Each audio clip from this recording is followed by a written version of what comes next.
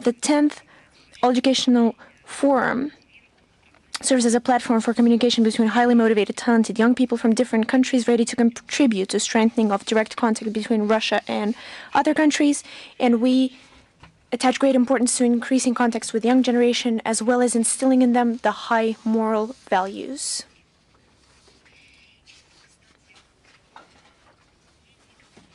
And speaking of the organization that I've already spoken about, BRICS, I don't think anyone needs a reminding that 2024 is especially important for our country. This is the year of our chairmanship at the organization. And this chairmanship is entering its decisive stage. Over 130 events of different levels have been conducted on all the areas of cooperation, politics and security, economics and finances, cultural and humanitarian contacts. Within the political bloc, there have been a lot of meetings. First of all, BRICS ministerial meeting in Nizhny Novgorod, which took place from June 10th to 11th. During the meeting, there was also an extended session with participation of representatives of the Global South and East states, as well as countries chairing regional organizations: Bangladesh, Bahrain, Belarus, Venezuela, Vietnam, Kazakhstan, Cuba, Laos, Mauritius, Thailand, Turkey, and Sri Lanka. Between the foreign ministries on July 12th in Moscow, there have been consultations of the heads of the Departments of Information and Press, where they welcome the perspectives of enhancing cooperation in order to popularize BRICS and strengthen its reputation. We're strengthening the coordination between the countries of the organization and international platform, first of all in the UN, and a very good example is the joint statement of the delegations of BRICS on the sidelines of the 6th UN Environment Assembly in Nairobi. And active work is being conducted in other areas. There have been sessions of the BRICS Council to combat money laundering and the financing of terrorism in April and June of this year. Anti-corruption working group of BRICS in April and June. The working group of BRICS on issues of security and the use of ICTs in April. Counter-terrorism working group on July 22nd to 24th. At the end of the meeting of the working group, they agreed on the position paper with the recommendations for the further development of specialized cooperation. In Vladivostok, from June 17th to the 18th, there has been an international inter-party BRICS and partner countries forum with the participation of representatives of political forces of countries of the organization and developing countries on July 11th to 12th in St. Petersburg. There was the 10th Parliamentary Forum BRICS. In the extended sessions were attended by the representatives of the CIS Interparliamentary Assembly, as well as the chair of the Interparliamentary Council and speaker of the National Council of Tanzania, Tulia Ackson. And the event showed the great interest and further strengthening of parliamentary cooperation in the organization. They signed the protocol to the Memorandum of Understanding on the BRICS Parliament Forum, as well as adopting a joint declaration. On the economic area, there has been a discussion of issues in supporting sustainable development. There have been a lot of meeting between the ministers of tourism, ministers of sport, ministers of environment, ministers of affairs of youth, ministers of economics and trade, ministers of industry, as well as the heads of the Supreme Courts, heads of the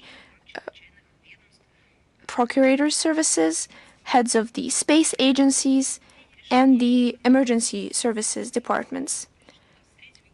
As a follow-up for the decisions of the Johannesburg Summit of BRICS in 2023, there have been possibilities of enhancing cooperation in order to assess risks, raising the stakes in national currencies, as well as investment actions. During the meeting of the Committee of High Representatives of BRICS on Energetics in February and July this year, there have been discussions of prospective areas of cooperation in the area of energetics, energetic security, technological cooperation, as well as exchange of best practices. In early April, there have been the first session initiated by the Russian chairmanship of the contact group of BRICS on climate and sustainable development, during which we reaffirmed our interest in creation proposed by the Russian side of the BRICS climate research platform. At the meeting of the ministers of agriculture of the BRICS countries, which took place on June 28th, Russian initiative was proposed to our partners on creating a platform on selling grain, which is aimed at ensuring agricultural security of the countries of the organization and of the developing countries. We attach great importance on enhancing the partnership of BRICS in the healthcare area. On February 13th and March, there have been the first session of the working group of BRICS on nuclear medicine. On March 27th, the meeting of experts on launching the complex system of early warning of the risk of mass infectious diseases. On June 20th, 21st in St. Petersburg took place the first forum of nuclear medicine. BRICS countries. On July 18th, 19th, Rospotrebnadzor held the International Conference of Biothreats and Pathogens, BRICS Response. Among other serious results, after the first meeting of ministers of transport on June 6th, there was a reached agreement on launching a regular mechanism of cooperation in the area of transport during the first session of the heads of geological services, which took place on July 15th, 17th. They've discussed the perspective of creating geological platform of BRICS. Traditionally, high importance is paid to the issues of cultural and humanitarian assessment and cooperation. It's in this area that there has already been the International Film Festival of BRICS countries from April 19th to 23rd, Academic Forum from May 22nd to 24th, Civil Forum from July 3rd to 4th, and other events with the participation of experts, representatives of the civil society of our country, and of course of cultural figures. From 12th to 23rd June in Kazan, for the first time in an open format, there have been the sports games of BRICS, where athletes from over 19 countries took place, and the sport programs oversaw over 27 types of sports. And the true cherry on top of our chairmanship in BRICS will be the summit, which will take place in Kazan from 22nd to 24th October. We will continue the tradition of organizing it, the extended session with the leaders of leading developing countries in the format of outreach or BRICS Plus, and we expect that with the active support of the partners, the Russian chairmanship will lead to practical results and will heavily contribute to strengthening the positions of BRICS on the international arena. And another announce from the 27th to the 30th August, UFA will host the 6th Forum of Young Diplomats of the BRICS countries, which will be conducted together with the plan of events of the Russian chairmanship. And the main theme will be the role of young diplomats in strengthening the multipolarity and just global development and security, organized by the Council of Young Diplomats of the Ministry of Foreign Affairs together with the Fond Roscongress and the government of the Republic of Bashkortostan. The event is aimed at strengthening the cooperation between youth, their friendships and trust between the countries of the global south, the east, between the peoples, the nations. Delegates who are expected to visit will have a very busy program, both of business affairs and cultural affairs. The main themes will be the international, cultural, humanitarian, as well as youth cooperation on the BRICS space, the role of youth in international political and financial economical system. It's expected that over 110 delegates from over 30 countries will participate. During the events, there will be meetings with the heads of Minister of Foreign Affairs of Russia and Republic of Bashkortostan, leading politicians, economical experts, public persons, winners of Olympics and the BRICS Games, as well as the chance to get to know the history and culture of this region of Russia. And there will also be the ceremony of initiation for the new members of the International Associations for the Young Diplomats, which was created in 2017 in order to strengthen the cooperation between the youth of ministers of foreign affairs. And as for today, there are over 150 diplomats. Another interesting event within Russia's BRICS chairmanship. The Agency of Strategic Initiatives, together with the Platform of National Technological Initiative of the Trade and Industry Chamber of the Russian Federation will hold the competition of the best technological advances and practices of BRICS countries in different areas. And the name is the BRICS Solutions Awards. It's been held annually since 2020 in the chairing country of the organization. The main goal of the competition is to develop a system of independent multipolar cooperation. In this regard, it's especially important to develop new technologies that answer to the demands and interests of the BRICS countries. The participants will propose projects in 8 nominations: new industry and energetics, biotechnologies and the health of the nation, sky, space and communication technology, artificial intelligence and digital services, climate and ecological technologies, platforms and complex decisions for the state and public management, competencies and development of personnel. We have already received applications from Brazil, Egypt, India, China, and South Africa. The most popular was the nomination New Industry and Energetics, followed up by the Platform and Complex Decisions for the Government and State Management. You can apply up for the 30th August of this year, and of course the link to the website we will attach to the text of today's briefing.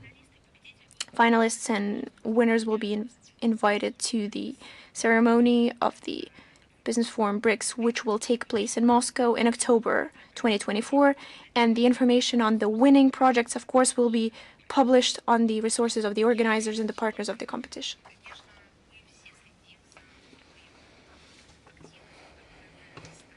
And of course, we're closely following the activity of all the countries who are speaking about their desire to join the BRICS organization, who are ready to join the work of the organizations. And here there are a lot of questions on that. I can't comment on each application, on each statement that have been numerous lately, because there is a very high interest. But I'd like to mention the basic approaches to the issue of new countries, new member countries joining the BRICS organization. We attach great respect to the sovereign desire of countries to enhance their cooperation of BRICS. We understand this position. The doors of BRICS are not closed, and the organization is devoted to strengthening connections with the representatives of the global majority. Right now, over 30 countries have spoken of their interest to building systematic cooperation with BRICS, and I believe this perfectly demonstrates the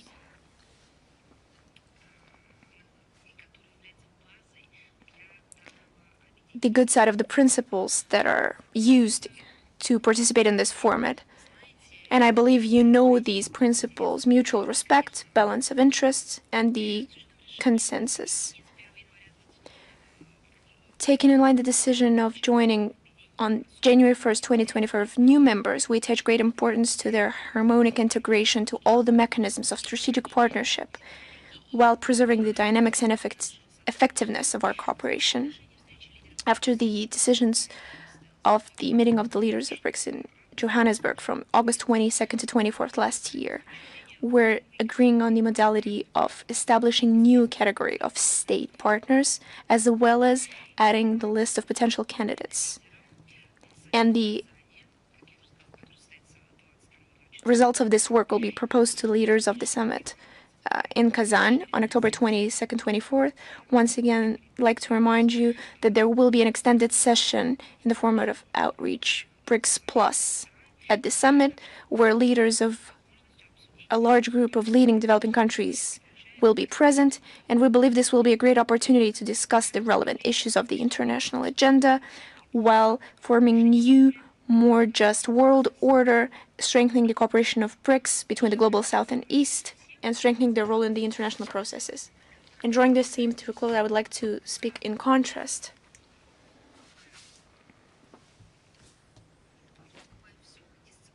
About the bloc discipline. Why in contrast? Because BRICS is a union, which, as I've already mentioned, was formed and is being formed based on principles such as mutual trust, consensus. There is no place for dictature, for dictators, no administrative totalitarian practices of control. Meanwhile, there is another approach to building international affairs, the bloc AUKUS, which initially was a very harmful idea, and its development as a boat component is only further proof to that. Project AUKUS is not just a military technological platform. I'd like to point out that this is a bloc basis for ensuring constant presence of NATO in the Asia-Pacific region for the far-reaching consequences for the stability and security of the region. For the same tasks are working other organizations created by the Westerns of the small geometry or the Indo-Pacific Quartet, Japan, Australia, New Zealand, South Korea, participants of which are expressing high interest in joining AUKUS based on this bloc format. The three-party Anglo-Saxon alliance is a systematic element of different multilateral and military political tracks branded under the American concept of the so-called Indo-Pacific region. And among the participants of these forums are the official representatives of NATO. Destructive schemes of such kind objectively work against the peaceful development of constructive cooperation that has been accumulating over the decades, which always based on the architecture of ASEAN-centric mechanisms of stability, security, and cooperation. Evidently, in order to serve their own interests, countries participants of AUKUS operate based on the principles everything for ourselves and the rest will follow the law. So it's not nothing based on the consensus, but it's the rules-based world order. And all this serves their own interests, their own obligations on the nuclear non-interference. The partnerships question the Australia's obligations within the creation of the zone free of the nuclear arms in the Pacific Ocean, or the Agreement of Rarotonga, and Australia's actions undermine the trust towards the idea itself of creating a zone free from the nuclear arms. And concern in this area comes from the experts of those countries who participate in the AUKUS. People understand more and more that the serious geopolitical threat could emanate into a serious threat to international peace and security. And when we speak on what tracks, what paths the world could develop in the future, I believe that this is a perfect example on how cooperation between the countries could build either on mutual respect, understanding of mutual interests in the effectiveness of peace, security, or using examples of the past. All kinds of wars, aggression, hidden and enshrined under the shield of so-called constructive peace initiatives that are not that. Basically, the result of the second track, second ideology, was the deep-rooted crisis that we witness in Ukraine. The Kiev regime seeks justification for its terrorist foray in the Kursk region, tries to find new pseudo-arguments, one being more absurd than the other. They don't even care whether one argument is at odds with the other. all the atrocities made by the Ukrainian armed forces are something that they try to conceal. For starters, the officials on the Bankovo Square tried to ponder over some kind of a task to strengthen negotiating positions of Kiev, although they don't quite understand who will negotiate with them after these atrocities that they launch against civilians, against civilian infrastructure and facilities. And once again, let me highlight it. This is something that was raised by the Russian leadership. This attempt of the Ukrainian armed forces to invade our territories from the outset makes it impossible to have any negotiations with the bandit junta, but they still try to impose their ideology to the international community. But that lasted not for a long. After that, Zelensky cynically claimed that Ukraine tries to create some kind of a buffer zone in the Russian region. Nobody among American, French, Italian journalists tried to clarify how one adds to the other. Are you going to set up a buffer zone or to strengthen your negotiating positions? Apparently, Zelensky uses this address to the people to increase his popularity that is plummeting and to increase the funding from Western donors. And certainly, these statements are contradictory. And this criminal plan by the Kiev regime was initially doomed to fail miserably. Meanwhile, the collective West, led by the US, instead of expressing sympathy to women, children, elderly that suffered from the Ukrainian armed forces, continues to actively support the Kiev regime in different ways. Some provide more funds to the Kiev regime for terrorist activities of the Kiev regime, of its officials and those who are the rulers in Ukraine.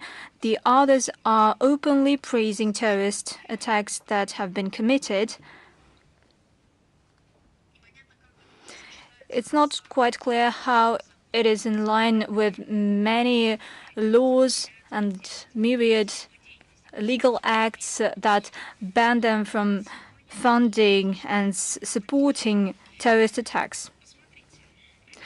Take a look at that. Prime Minister of Poland, Donald Tusk, on the 14th of August, went as far as saying that the Kiev regime criminal activities in the Kursk region are defensive, and he recognized that Kiev was entitled to wage a war in such a way as to paralyze Russia as efficiently as possible.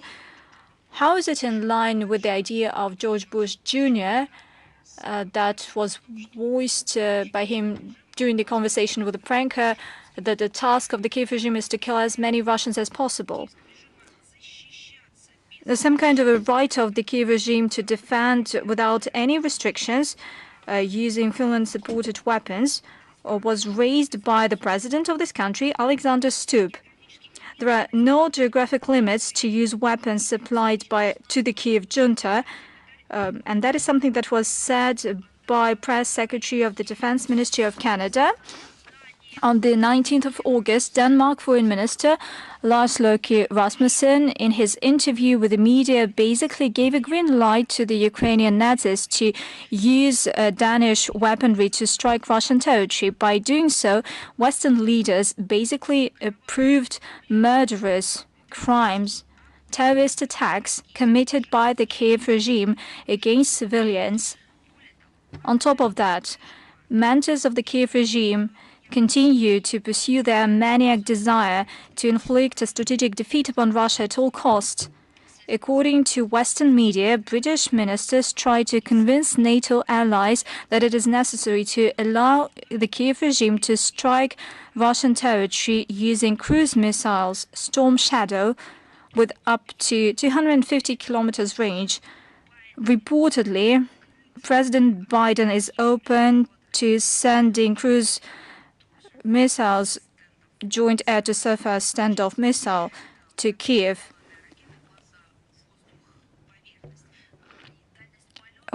Their range is up to 400 kilometers. allegedly Pentagon is working to launch such a lethal weapon from F-16 fighters. Public encouragement of terrorist actions, including in the Kursk region, foreign equipment, military equipment, and mercenaries on our soil showcase vividly that Western allies in the Kiev regime are directly involved in the crimes of neo-Nazis.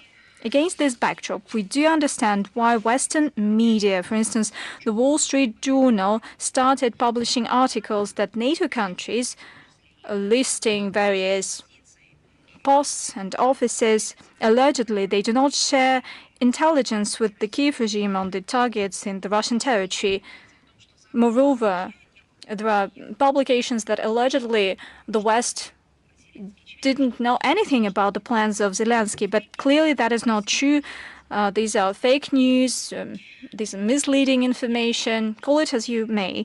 The thing is that the invasion into the Kursk region is taking place with the comprehensive support by the West, and it was authorized by it.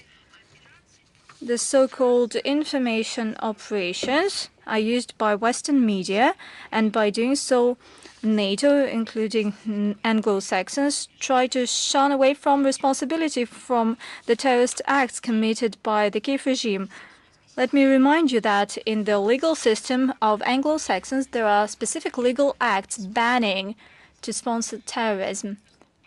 The sponsorship, support, encouragement of terrorism, it is all banned on an individual basis and collective basis with regard to states and so on. On top of that, these provisions and these definitions, this language is used by the West, and it has been using it for many decades in order to let themselves invade sovereign countries. I'm talking about supporting terrorism by anyone. And this was the fact that gave them the green light and allowed them to breach the law. In order to distance themselves from obviously clear terrorist acts of the Kiev regime, they use media to have an impression that they have nothing to do with the developments, but certainly that is not true. In this context, we drew the attention to the information in late July on the Ukrainian government's work on the bill on international defense companies. Basically, this law legalizes private military companies with foreign engagement.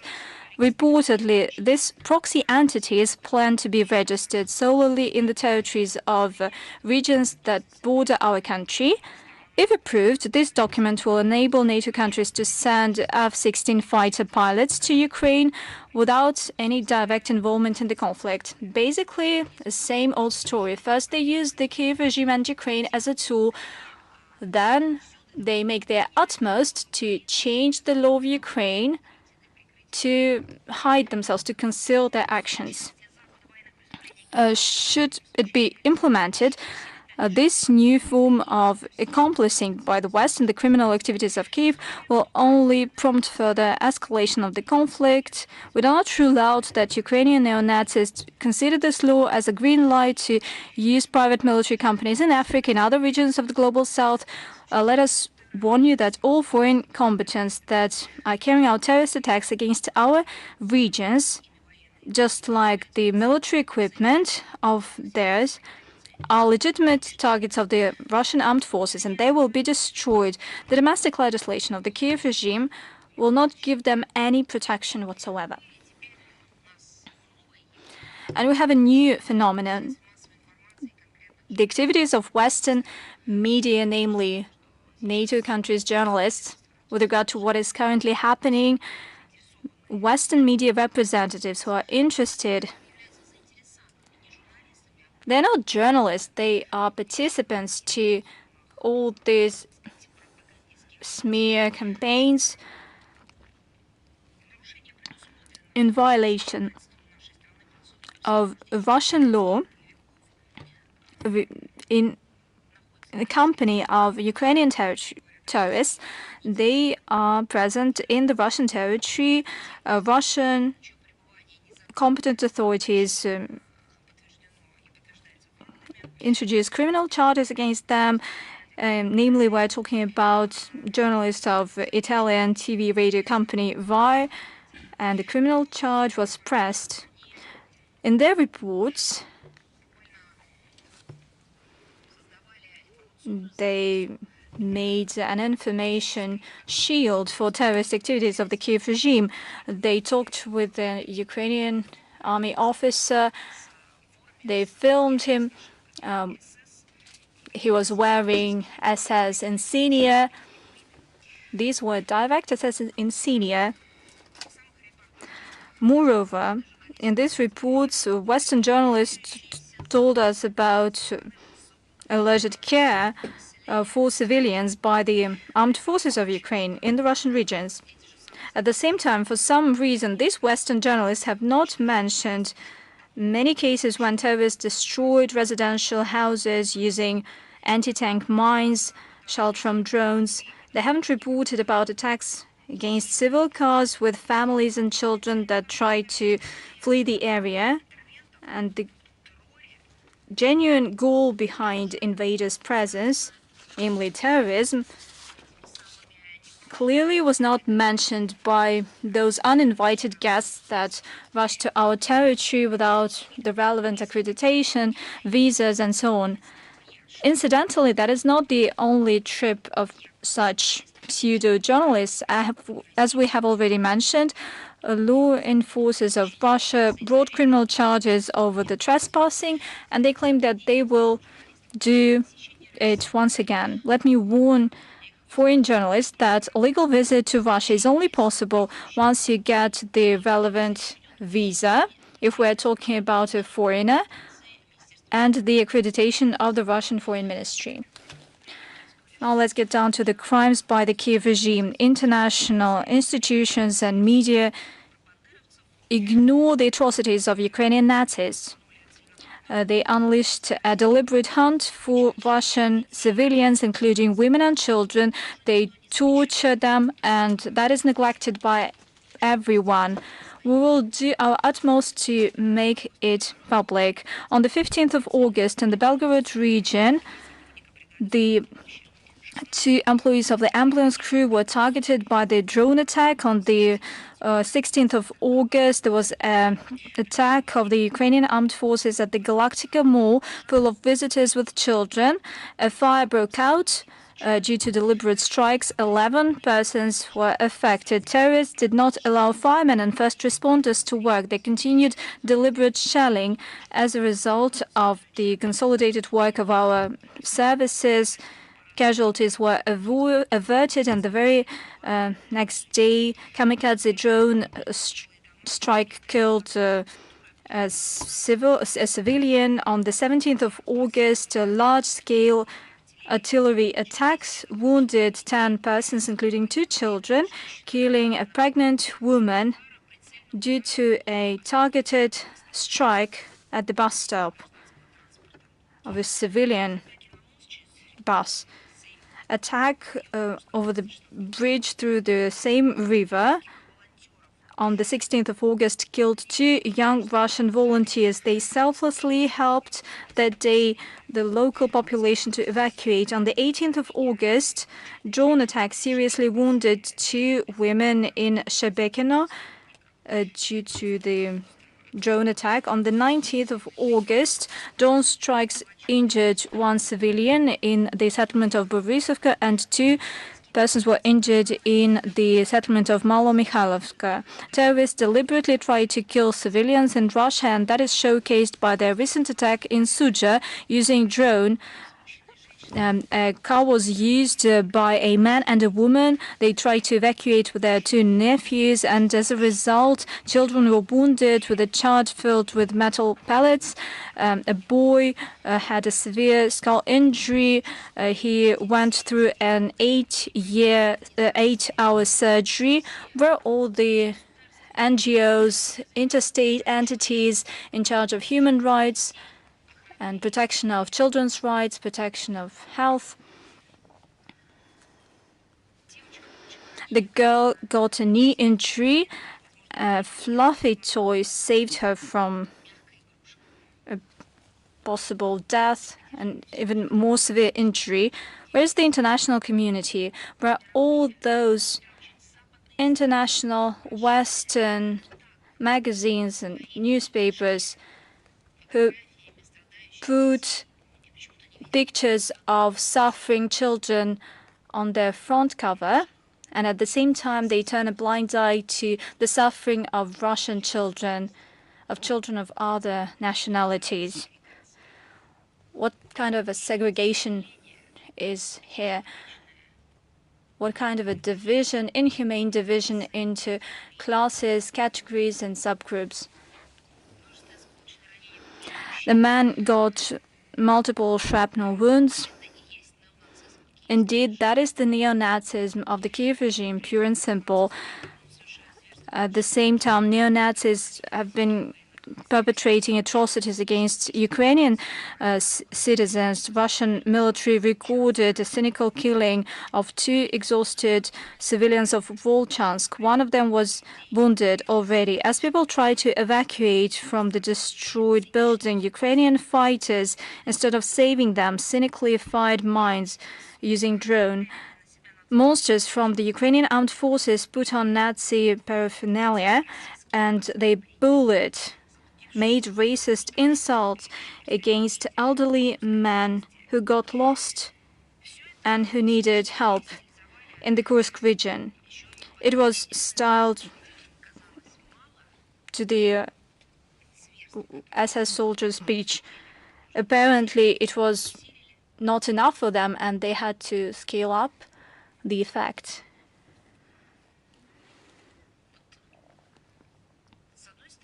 On the one hand, it is atrocious. We want it to never to happen again. On the other hand, there in Paris, in London, in Rome, in Brussels, in Washington, New York, Ottawa, Canberra, people still don't believe that we are talking about outright murderers and terrorists, those who lost their humanity, who deep down profess everything that was previously called fascism, Nazism, racism, xenophobia. And this footage that are posted online become proof that bring people worldwide to senses. That is the proof of animal hatred to people of different nationality that speak their native language. This footage allows us to identify the persons and the whereabouts of those thugs that commit these atrocities. A proof of many barbaric crimes of Ukrainian fighters against civilians in the Kursk region, namely killings, destruction of residential houses, taking hostages of Russian citizens, killings, tortures, looting, just like terrorist attacks in other regions, strikes against the ZNPP. It is carefully recorded. It is considered by Russian investigative bodies, and those terrorists who will not be justly avenged during hostilities will be persecuted without expiry date until they are definitely punished. Luckily, not all Ukrainian military fulfill Zelensky orders without complaint. Recently, it became known that another group of Ukrainian POWs decided to fight as part of the voluntary Bogdan Khmelnytsky battalion that is made up of former Ukrainian servicemen. And this desire not to have anything to do with the Kiev criminals and to be on the right side of history, and we can only welcome that. Indeed, that is a tragedy of Ukrainian people. However, that is also a chance to rehabilitate. Before the previous generations of fathers and grandfathers that protected this land from Nazis and fascists. And that is also a chance and an opportunity to rehabilitate for the future generations. We have also drawn attention to the recent visit of American Senators Richard Blumenthal and Lindsey Graham to Ukraine. After meeting with Kiev neo-Nazis with their leader, they reported that the letter was decisive to reach a strategic agreement with the U.S. regarding the rare earth materials that pertain to Ukraine for the total sum of $1 trillion. But they didn't say something that I would like to say. Namely, that in return to those promises given by American senators, Zelensky received a proposition that he was interested in, but these propositions would be implemented at the expense of Ukrainian citizens that would not return home. That's yet another story of American political elite corruption in the Kiev regime. It is yet another demonstration of the true of the true essence of the Kiev regime.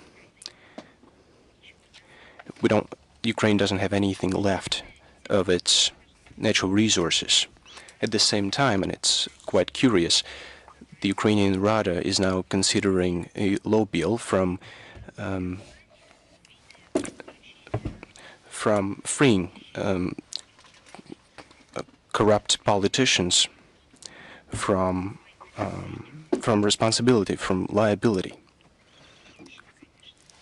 It's a very powerful fact statement, and they continue to revise the history, the Kiev regime. On the 13th of August, in Ivano-Frankovsk, after Poltava, a memorial plaque was opened, dedicated to you won't believe whom. This time, it's not an American figure.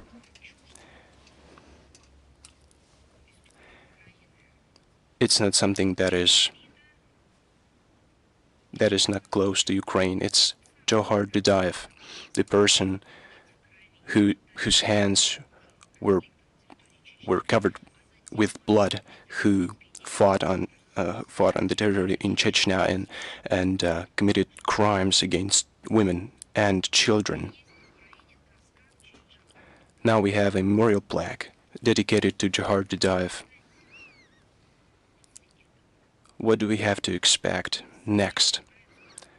Some kind of a park in a Ukrainian city dedicated to ISIS, which is prohibited, or maybe a cafe dedicated to Al-Qaeda, which is also prohibited. What is going to come next? Maybe a dead end dedicated to Bin Laden. What's the next step that they're going to take? What's the next bottom that they're going to break? Zelensky's team is now seeking new bloody heroes to include them into the quote-unquote pantheon of bloody Nazis. But the bottom line is hatred to Russians, to Russia, to our history, to our culture, to our victories. Banderites are ready to commemorate thugs, terrorists, thus confirming their own terrorist essence. In the last 7 days, about 10 monuments were demolished in Ukraine dedicated to Soviet liberators. Let me remind you, they, together with Soviet soldiers, were fighting against Nazism and fascism. Their fathers, grandfathers were fighting against Nazism, and those monuments were erected by Ukrainian Nazism, people who had Ukrainian citizenship. Neo-Nazis also desecrated other memorials in Kharkiv, for example, dedicated to Malinovsky, Konev. As for Belgorod-Dnestrovsk in the Odessa region, the monument to Alexander Pushkin has now been desecrated. As for the Kursk region, those criminals would be prosecuted. On the 13th of August, Ukrposhta hastily presented a design of a post stamp dedicated to terrorist acts of the Ukrainian armed forces in the Kursk region. It presents the moment of when the Russian captives are knelt, quote unquote, before Ukraine. I would like to emphasize that the actions to humiliate our soldiers are violating the Geneva Convention on the Treatment of Prisoners of War of August 12, 1949. Article 13 enshrines that there is guarantee for them to protect them from violence, intimidation, insults. Article 14 says that they have the right to respect for their person and honor. It's not a protection, self-defeat, as the Zelensky says. It's the loss of all values. Another evidence came yesterday. It was another evidence. The Nazi regime of the president, who's not supposed to be the president, uses the help of radicals and schismatics, is trying to destroy the canonical Ukrainian Orthodox Church. They try to capture their religious objects. Metropolitan Arseny is now being held captive for a couple of months now. I think they're fighting for God, obviously. I don't know.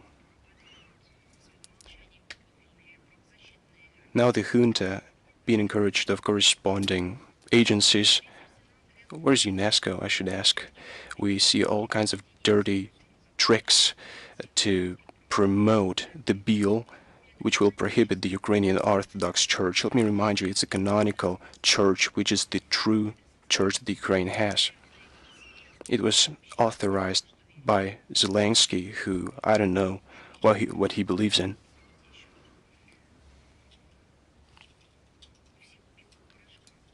An apologist, I think he also believes in the power of a white powder.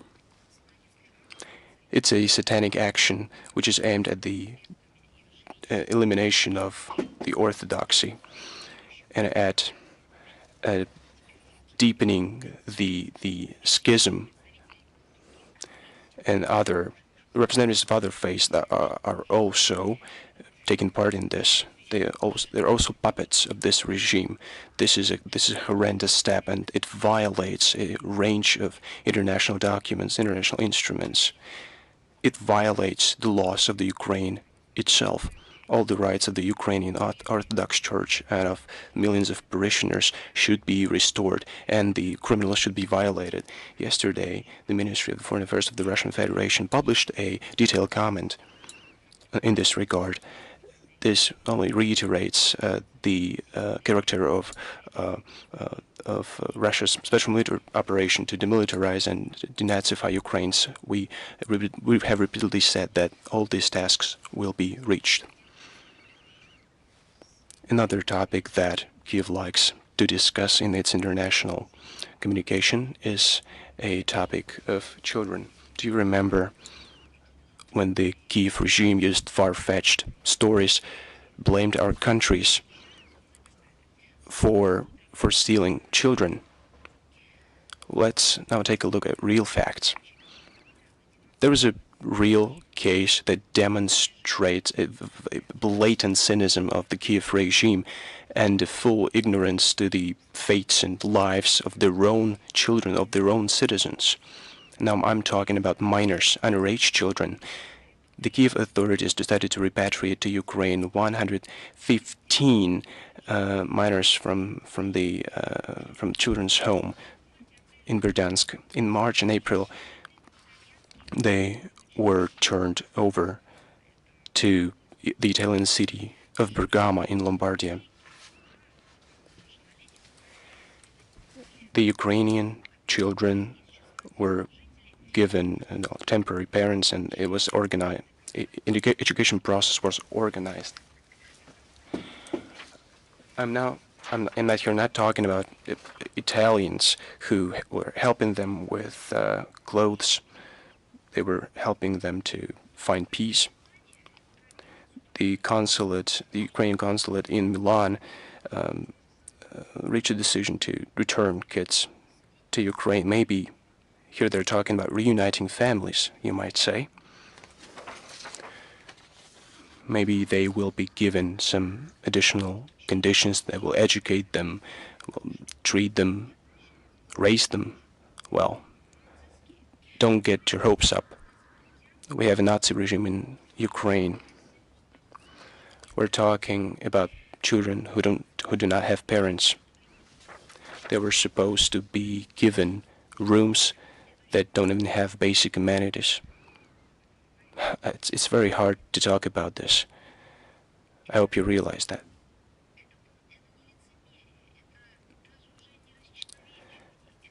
It's not some inhumane behavior.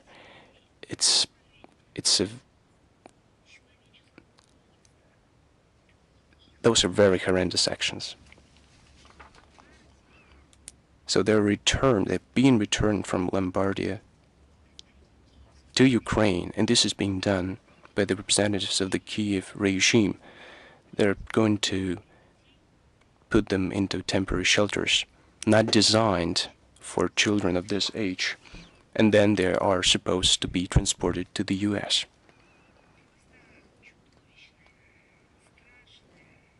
This is a horrendous crime of the Kiev regime, which allegedly cares for the rights of children, and even blatant propaganda activists from Italian organizations cannot contemplate this situation without fear. They have actually been supporting the Kiev regime over the last couple of years. They don't yet realize how inhumane those actions are of the Kiev regime. Italians, maybe representatives of other countries, will see on their own example, on the example of their own life, that's the case, but they don't understand what we have been talking about for years now. International Criminal Court. Let's talk about this. This body, as I remember, was referring to some documents that don't have any legal basis, any legal foundations, warrants. I don't remember what they call them. They were coupling those documents with the actions of Russia in Ukraine. But do you realize what's happening there? On the 14th of August, local judicial authorities decided to leave the kids there before they can get an asylum. 3 17 years old. The case of the 3 17 years old couldn't be dealt with. They try to reduce. They keep to reduce the age for drafting. We started talking about it at the beginning of 2022. That's not the first case. Corresponding agencies are now investigating a Ukrainian citizen who was authorized by Ukrainian consulate in Neapol, is now being blamed for refusing to transport children. She was demanding money from families, and now she's also charged with threat to life and health. That's what the Kiev regime is about. It's not an exception. It's only confirming its essence. That's what we see in real practice, in real life. It's noteworthy that the official Italian authorities have not reacted in any way to these horrendous facts. Why so?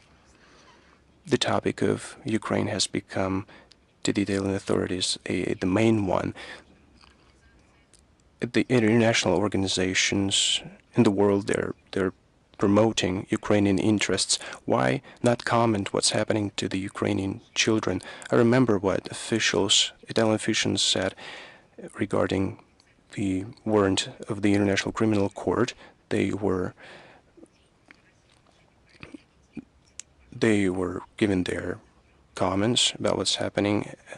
Well, here you have the Ukrainian children's. Why don't Ukrainian authorities comment this situation? We do not hear any comments regarding the situation of the telecorporation RAI. The Italian journalists conducts an interview, and this journalist talks about the follower, the proponent of the Nazi ideology, and no, they haven't reacted in any way. Maybe Italians forgot about atrocities that Italians were victims of on the part of fascists and Nazis. I understand why the official Rome doesn't comment it. They don't have any authorization to do so. The Western handlers of Rome do not allow it. Well, they have to overcome this veto. And everything that is anti-Russian is the narrative of NATO, Washington, London. Well, let's change the situation. The support for the neo-Nazi clique in Kiev, we can see this support and these actions, the support for Italian neo-Nazis is way easier for them as protection of Ukrainian children. We have to open our eyes and see what's happening.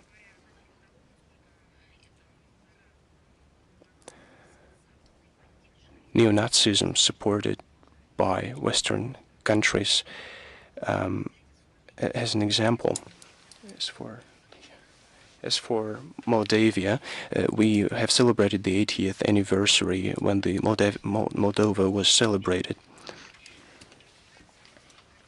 Then the Soviet troops liberated the territory of the Moldovan SSR and took to the central part of Romania, and then Bucharest couldn't continue on the side of the Nazis. This operation was included into the textbooks on military art. In August 1944,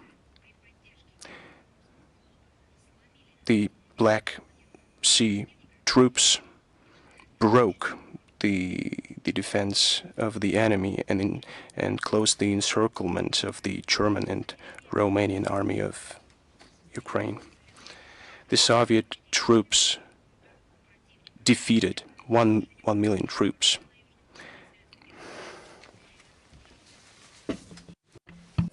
This allowed the Soviet troops of liberated to fully rid the territory of the enemies, and in those days the Soviet troops showed not only their excellence in leading the battle but also high morale, ready to self-sacrifice, and Lieutenant Alexei Shemegon and Sergeant Alexander Shevchenko repeated the heroic act of Alexander Matrosov. And Alexander Gusev and Kuzma Gorenko died throwing with grenade under the German tanks. All 4 of them were honored with the title of the Soviet hero post-mortem. And in May-August 1944, current Moldovan partisan troops destroyed over 11,000 soldiers and officers of the enemy, 25 enemy tanks, armored vehicles, and derailed 13 military troop trains. Unfortunately, the current Moldovan regime is trying to eradicate those heroic pages of the history, trying to make it so this never happened. And Maya Sandu, who regularly scares people with the so-called Soviet horrors, consistently leads the campaign of blanching the Nazis' supporters. And in the Republic, with the military honors, they're opening monuments for the Romanian heroes. And there are currently the Georgian sign and movies of Great Patriotic were prohibited, and the actions serve as nothing but offense for the liberators, for the memory of their grandparents, great-grandparents.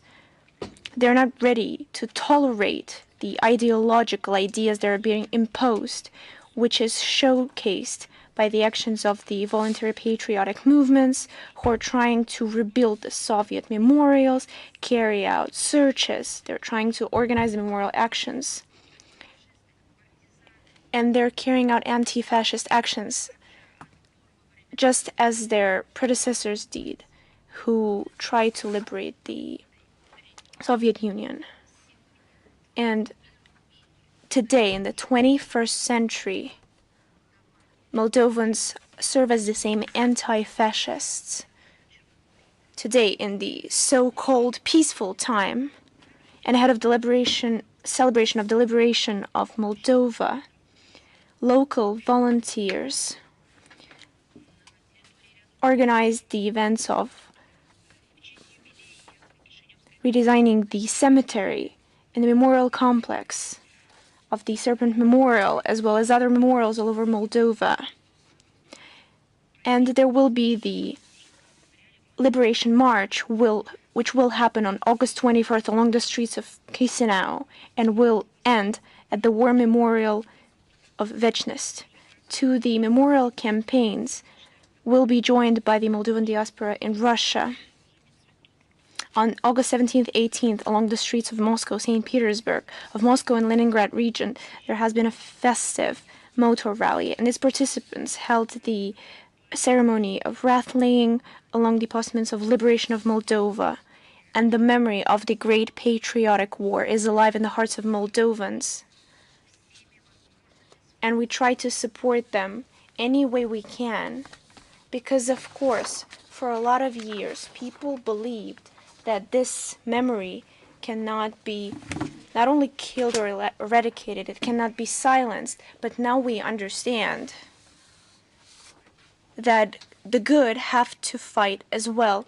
Any efforts of the neo-Nazis' revenge are doomed to fail, judging by the decisive nature of the Moldovans.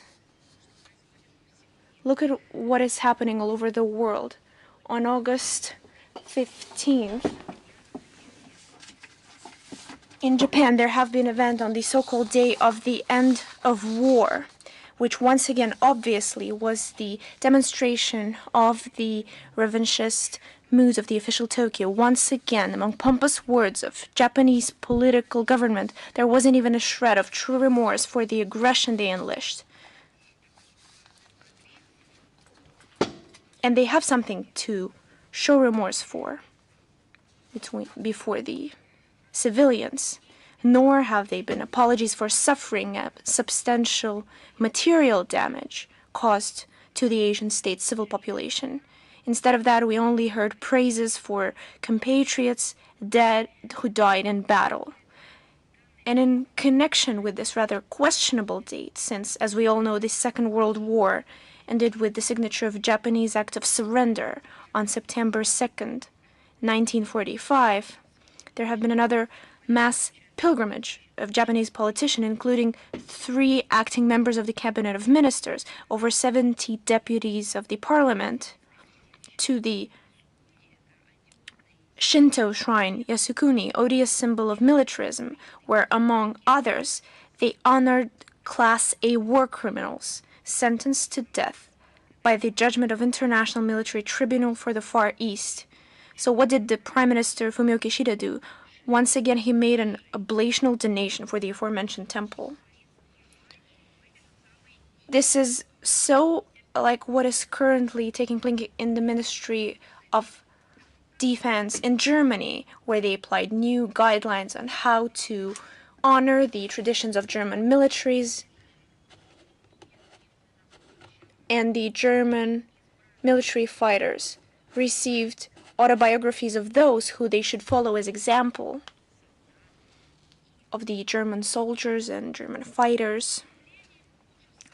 The world is watching in shock and horror when our ministry posted photos and short notices on the life stories of those who current German soldiers should follow as example according to their superiors. Those are SS officers, representatives of the Third Reich, who not only executed orders, they acted on those orders themselves. The so-called heroes of Germany, who received their awards on the battlefields of the East Front, they were killing our soldiers.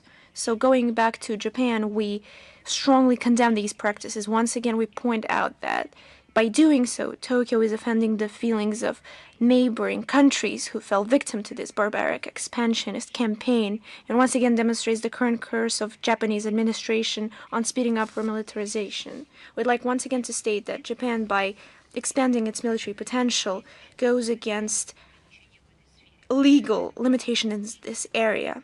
We're continuing to closely follow the steps of Tokyo to expand naval activity near the borders in the Far East, to include extra-regional parties among the NATO member countries, as well as promoting the initiatives of Washington to creating in Asia-Pacific region the narrow bloc associations aimed at ensuring double deterrence of Russia and China.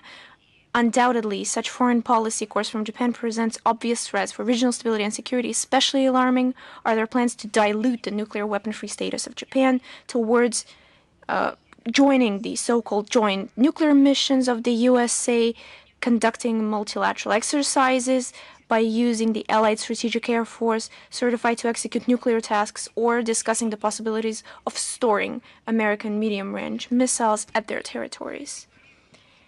And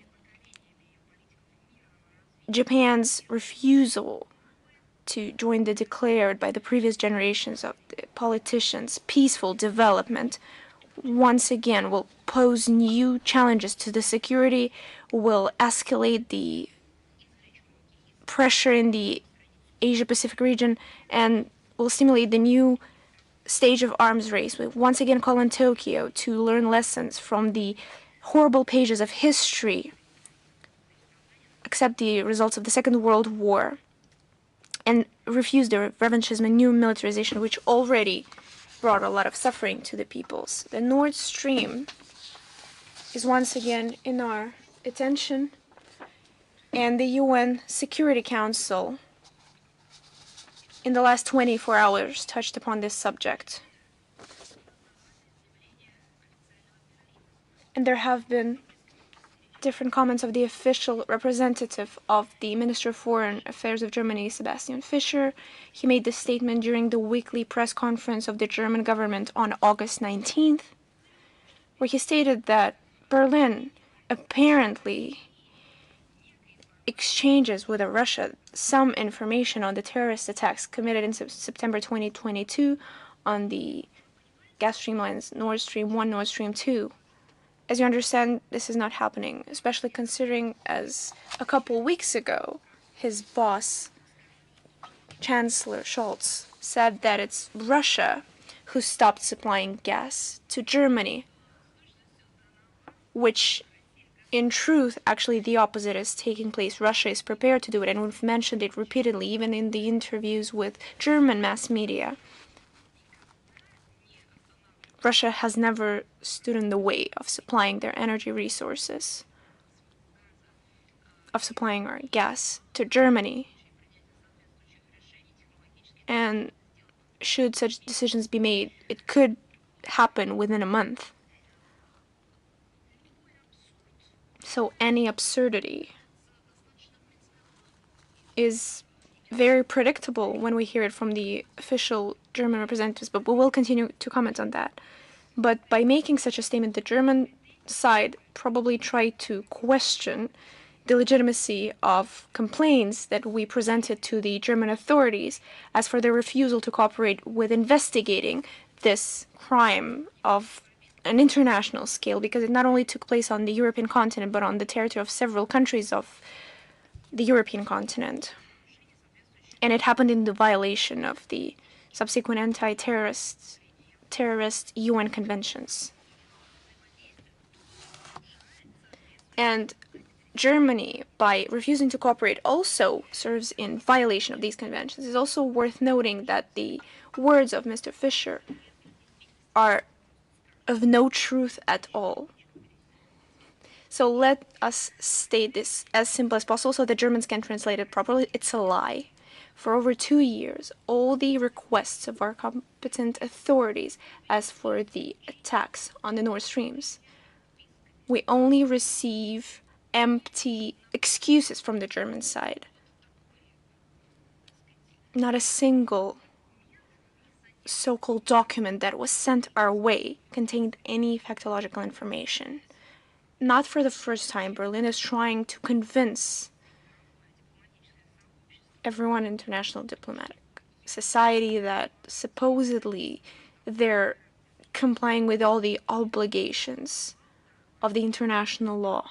Not only that, they're trying to feed to the international community this so-called bureaucratic pile instead of complying with their obligation. It's nothing but lies. They supply no facts that they have on the investigation, and they never supplied any facts to our side. And Russia insists on holding official bilateral consultations in line with current guidelines that are already enshrined in anti-terrorist UN conventions. And we would like Mr. Fischer, or perhaps his bosses, Ministry of Foreign Affairs, or perhaps the Chancellor of Germany, to speak if they're actually committed with fulfilling obligations of the UN anti-terrorist conventions.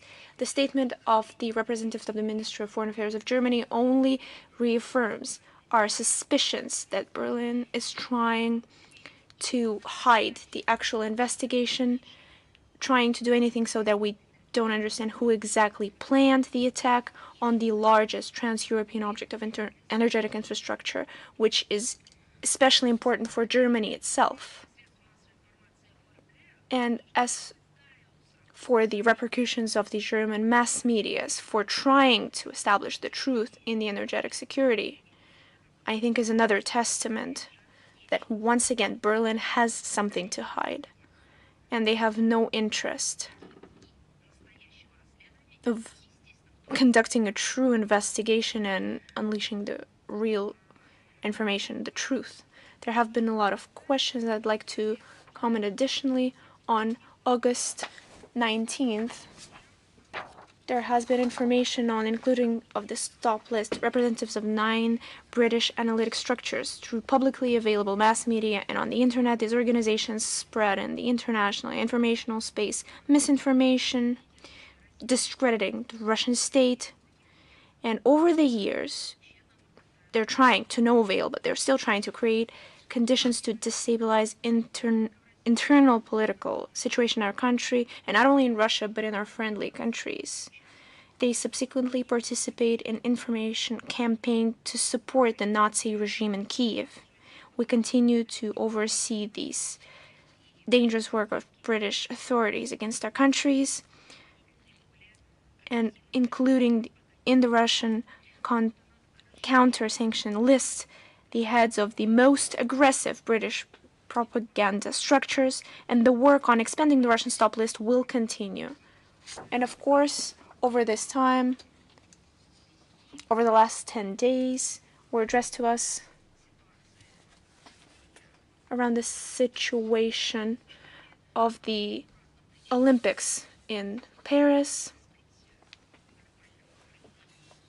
And for several reasons, the refusal to let participate certain athletes, the segregation of athletes, horrific performances that took place during the opening ceremony and the closing ceremony, the discrimination as a whole of athletes.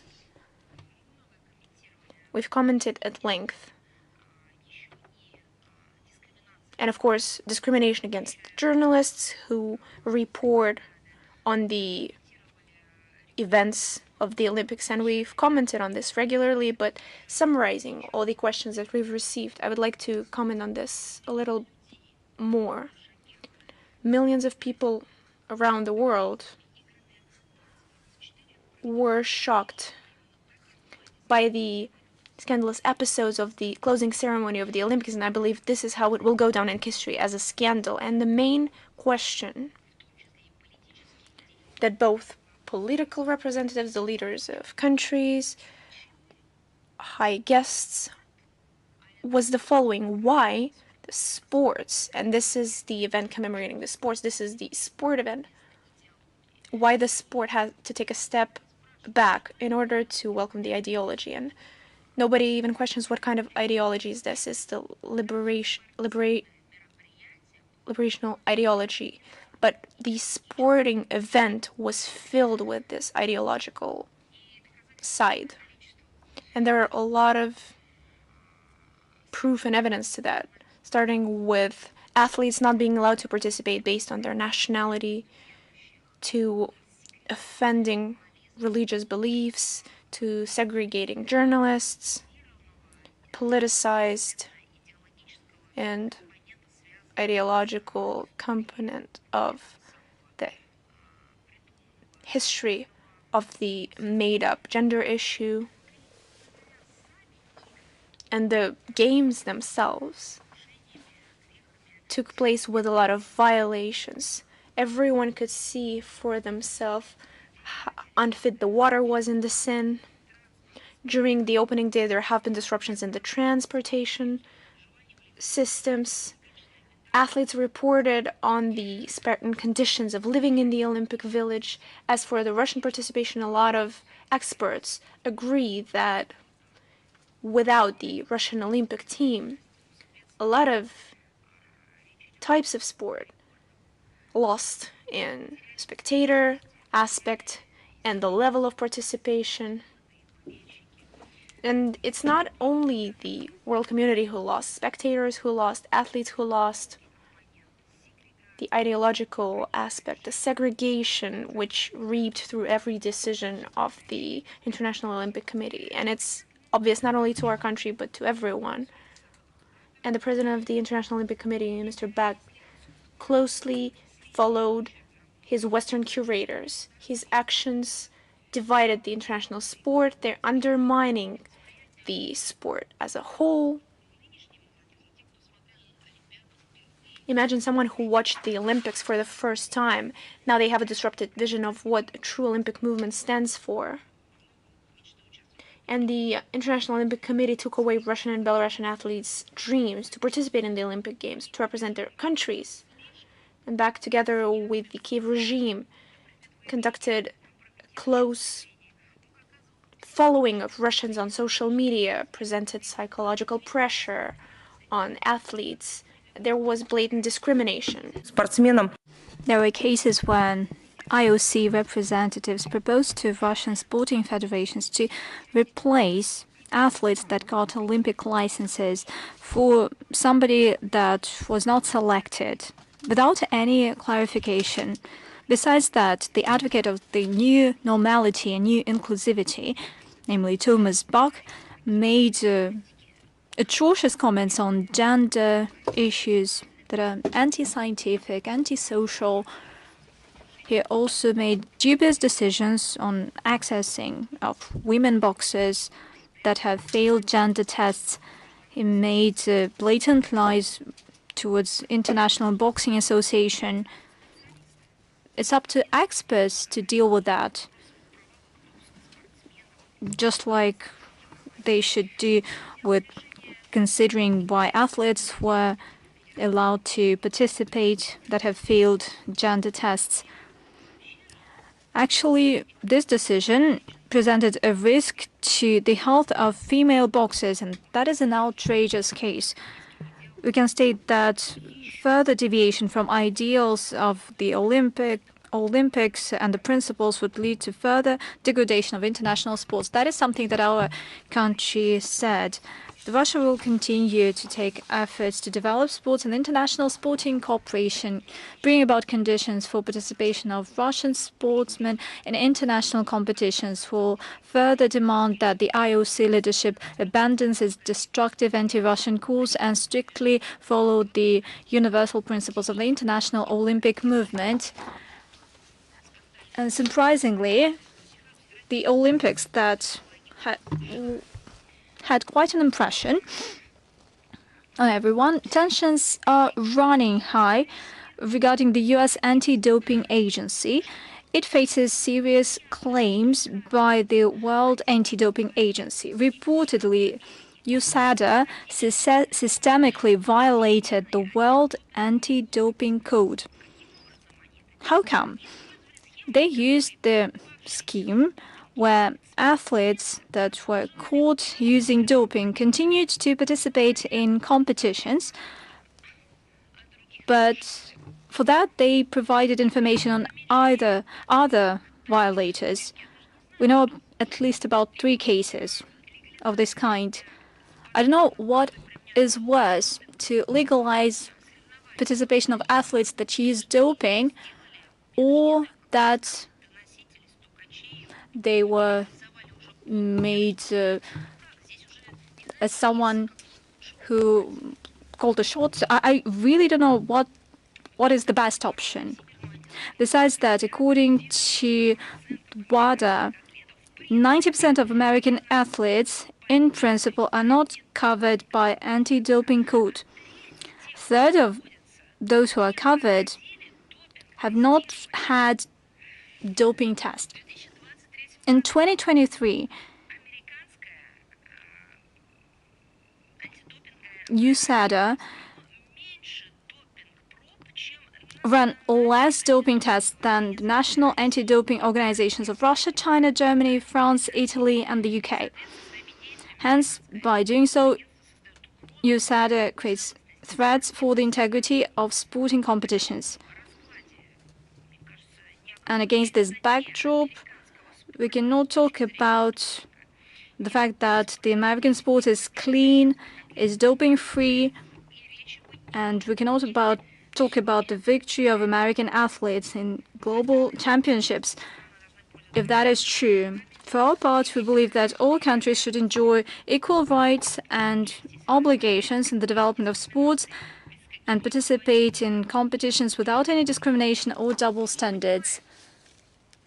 We do understand, however, that the Western liberal idea prioritizes the other facts. For instance, the Czech authorities decided not to recognize Russian passports without biometric chip, and that is a discriminatory measure. Once again, they showed their purely Russophobic approaches, in this case primarily with regard to common Russian citizens. According to clarification of the Czech Foreign Ministry, there's a transition period that the Czech authorities provide to Russian citizens in the Czech Republic so that they could have their Russian biometric passports done. And initially, it is restricted to September 15th. It was extended to December 31st. Lately, the Czech Republic has done its utmost to make the work of the Russian missions even more difficult. They demanded that we close our 2 consulate generals. They demanded that we reduce the number of our diplomatic staff in the embassies and consulate generals, and it affected consular services. Our consular employees do their utmost so that Russian citizens, as well as nationals of other countries that request consular assistance, legalization of documents, and prompt assistance in their daily lives, so that they would not be affected. But the reduction of the employees in the consulates was bound to affect the way the consulate works in terms of timing, in terms of the quality of work.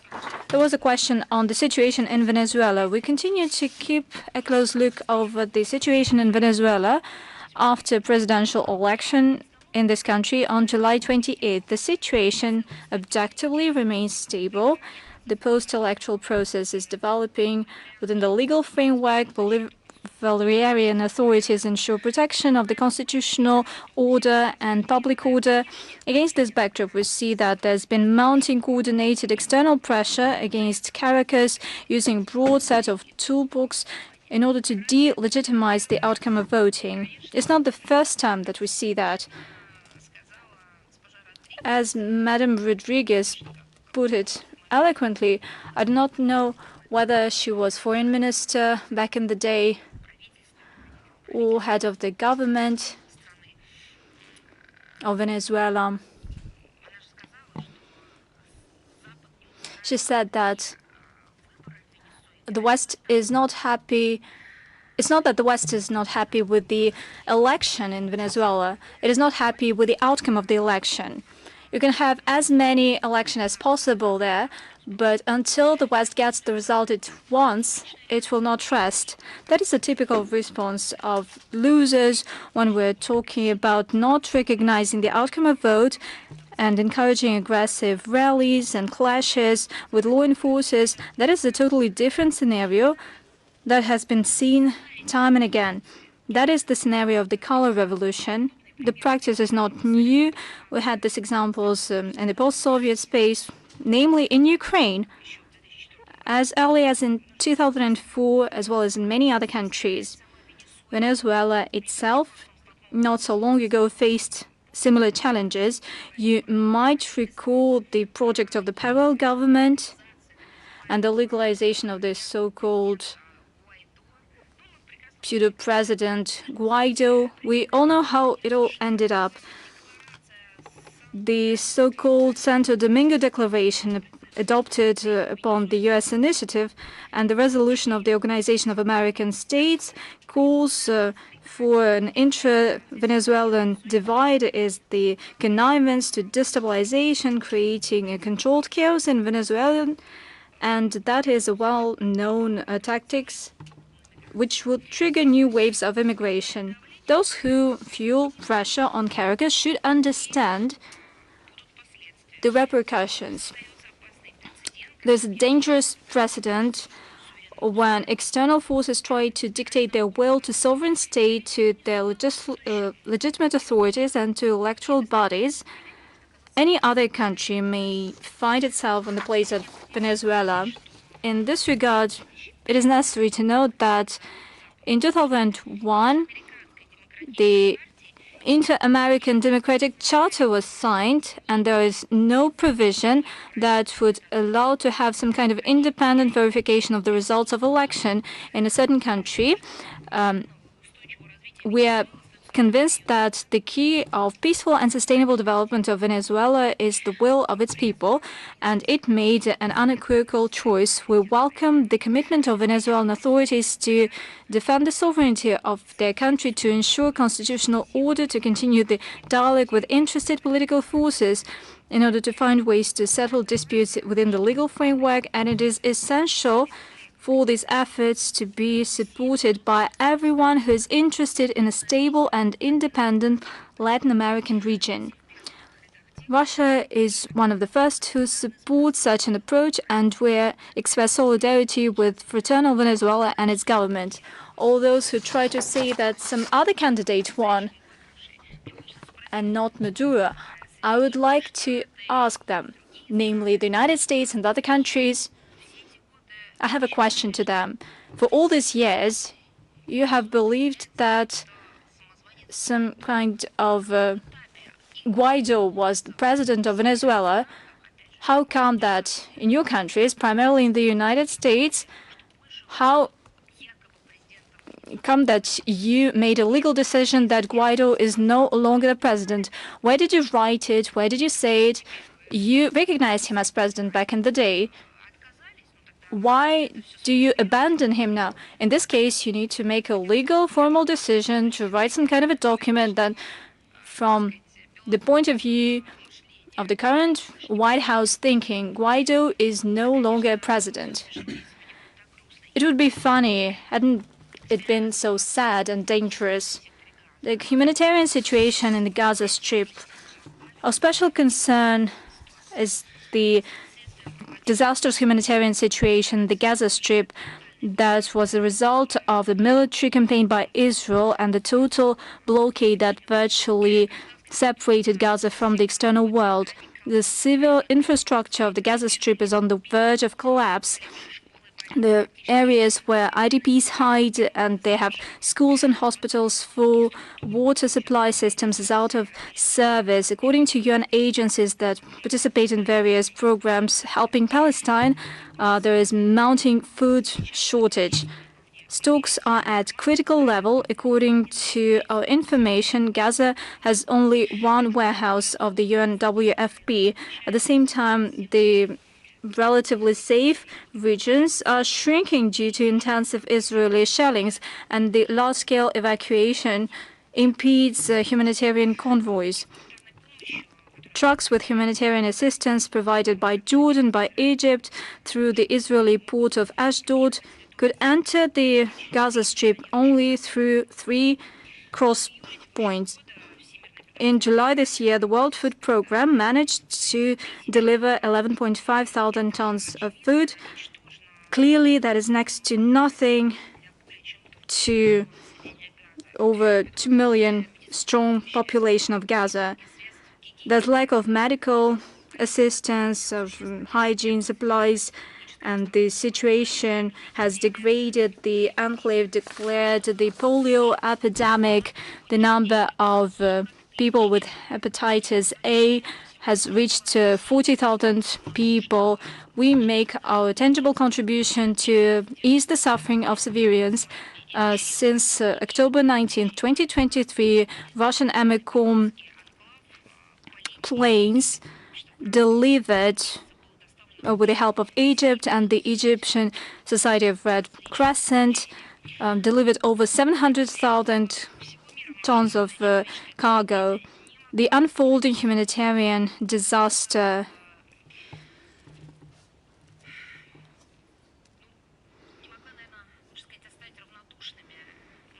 struck a chord among many of our compatriots, our civil society. That is why I would like to specifically highlight that, along with state bodies, the humanitarian assistance is collected by many Russian NGOs, including individuals. They collected thousands of tons of food, medication, essential goods, and this is a work in progress. Let me once again draw your attention to the fact that this is a disaster that was triggered by over 10 months of hostilities. We highlight the need to immediately implement the UNSC and UN General Assembly resolutions demanding to cease fire to ensure unimpeded humanitarian access to the Gaza Strip.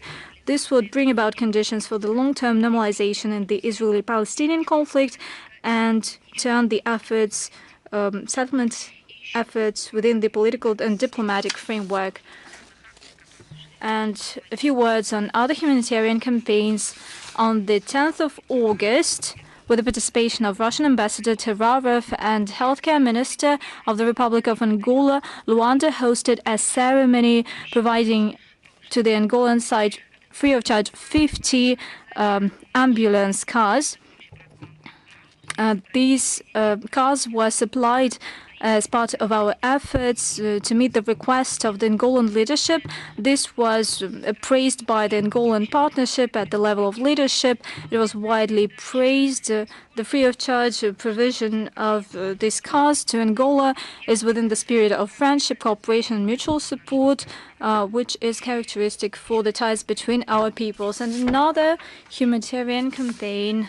On the 20th of August 2024, the special flight of Russian EMICOM delivered another batch of Russian humanitarian cargo to the city of Kandahar in southern Afghanistan. We're talking about 25,000 tons of wheat flour. This is within the framework of a special program of Россотрудничества, and the work on the humanitarian track will be followed up on. And an important, interesting event took place in Chelyabinsk. It opened the Center for Public Diplomacy of the SCO. We plan to organize business, cultural, and sporting events, and we will definitely share more detailed material in addition to the briefing. Another important public project, NGO Without Border. It is being carried out together with the Gorchakov Fund. the Institute of Social Creative Development, the Association of Volunteer Centers, the Agency of Social Information with the support of the Presidential Grant Fund. It's been up and running since 2023. It is aimed at leaders, managers, and activists of Russian and foreign NGOs that carry out international social activities. The goal of the program is to shape the NGO community that is interested in implementing projects in international cooperation, the portfolio of initiatives that have high chances to receive grants. At the first stage of the program in 2023, some 600 NGO representatives participated from 35 countries from various walks of life. We're talking about leaders of sporting and creative projects, social organizations, volunteer groups. 32 participants made it to the finals. They were invited to Moscow for in-person events. This year, as we develop the project, we plan to have targeted work with participants through mentorship, support of NGO representatives, and starting with the second stage of the project, we will work with the finalists. The program will allow us to test and to scale up the systemic approach to the targeted audience and to coordinate the activities of NGOs to fit it into the work on the external humanitarian front. We will provide the link to the program in the text of the current briefing. And another very important humanitarian and cultural dimension of our diplomatic efforts. Today there will be the inauguration of the photo exhibition, Architecture of Diplomacy, dedicated to 103rd anniversary of the main administration for service and diplomatic corps. The exhibition will showcase 32 photos talking about the history of the administration, as well as 22nd Moscow-listed buildings. For each of them, the historian, guide, and expert in Moscow, Vitaly Kalashnikov, recorded an audio guide. On the 24th of August, 1921, a document was signed on the establishment of the Central Bureau to Service Foreigners in Moscow. It was tasked to ensure all the necessary things to the diplomatic corps working in the capital. And this bureau had 38 mansions. The majority of them, up until now, have foreign embassies. Today, there are over 100 monuments, sites of architecture, namely masterpieces of renowned architects, Shechtel, Kakushev, Valkot, as well as examples of neo-Baroque, neoclassicism, neo-Gothics, and the administration holds these invaluable cultural sites in due state, and it tries to familiarize everyone interested with the history and features of them. Today, the ceremony will be attended by Chief Architect Mr. Ochnev, and the exhibition will last till September the 8th. We invite everyone to attend this exhibition. One more event that is being organized by the administration of the Foreign Ministry.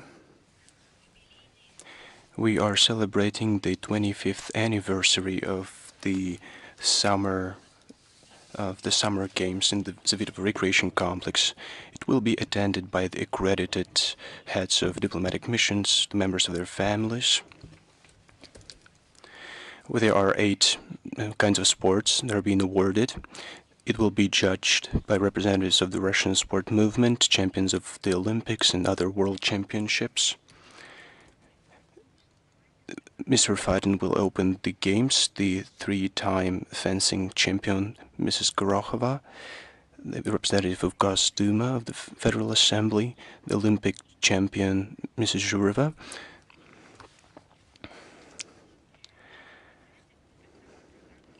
It will be also accompanied by music and gastronomical festival, My Family. And gastronomical map of Russia, it will familiarize the guests with the Russian traditional dishes. We invite the media to attend this event.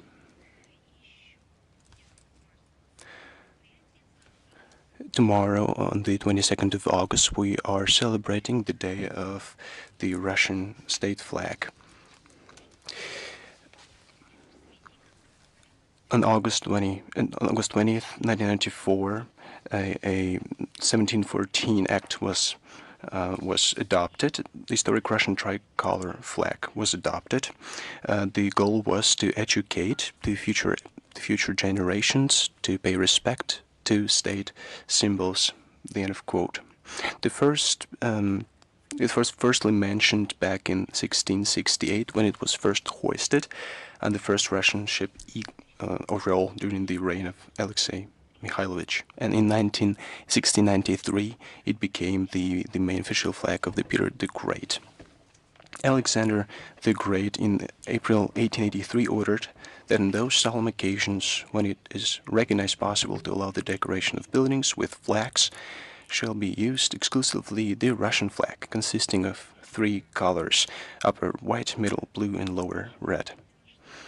In 1896, a special meeting was held at the Ministry of Justice. It was convened by Emperor Nicholas II. It was decided that the flag should be white, blue, red, and no other colors should be used. Currently, the main document describing the flag and regulating the rules of its use is the Federal Constitutional Law of the Russian Federation from December 25th, 2000, on the state flag of the Russian Federation. The Article 1 states that the Russian flag is a rectangular cloth with 3 equal horizontal stripes. The upper one shall be white, the middle one shall be blue, and the lower one shall be red. The ratio of the flag's width to its length is defined as 2:3. There is no official interpretation of the colors of the flag, but the most common is the following. White symbolizes purity and independence and peace. Blue symbolizes faith, loyalty, and justice, and it also reminds of the medal of the Virgin Mary, which is considered the symbol of Russia. Red is a symbol of courage, strength, and bravery. It serves as a reminder of our compatriots who gave their lives to protect our fatherland. Once again, let me reiterate, there is no official interpretation, well, at least I'm not familiar with it, but there is a symbolic description of it. There is one important event from the 23rd August to the 1st August. A Spasskaya Tower Festival will be held. It became one of the main events. It's a very bright event which will consist from the best Russian and foreign musical bands. It will be held on the Red Square. It is a very beautiful event. It will foster the strengthening of international ties. It will popularize music and present different Russian and foreign bands. Belarus, Venezuela, Guinea, Egypt, China, Thailand, Turkey, and South Africa will attend this festival. 57 countries have attended this festival in the last 15 years, and 860,000 people have attended it over the last 15 years, and it was watched by more than 50 million people. The slogan of this year's festival is dedication to the protectors of the fatherland. On the 24th of August, the 9th All-Russian festival will be held. It's a cinema night. This event is supported by the Ministry of Culture of Russia and the Cinema Fund. The the operator of the action is Roskino, the successor of Sovexport Film, All Union Association, which will celebrate its 100th anniversary this year. The year's events will be held abroad for the first time on the basis of Russian foreign institutions. Russian embassies and representative offices of Rostrunchevst and CIS will take part in the Night of Cinema. Armenia, Azerbaijan, Belarus, Kazakhstan, Kyrgyzstan, Moldova, Tajikistan, Turkmenistan, Uzbekistan, and also BRICS countries, Brazil, China, Egypt, Ethiopia, India, and Egypt. The program of the Night of Cinema will include screenings of novelities of national cinematography, and it'll allow to elevate this event to the world and present it to the wider world audiences. I hope that this event will be welcomed abroad with a great interest, and I'm ready to answer your questions.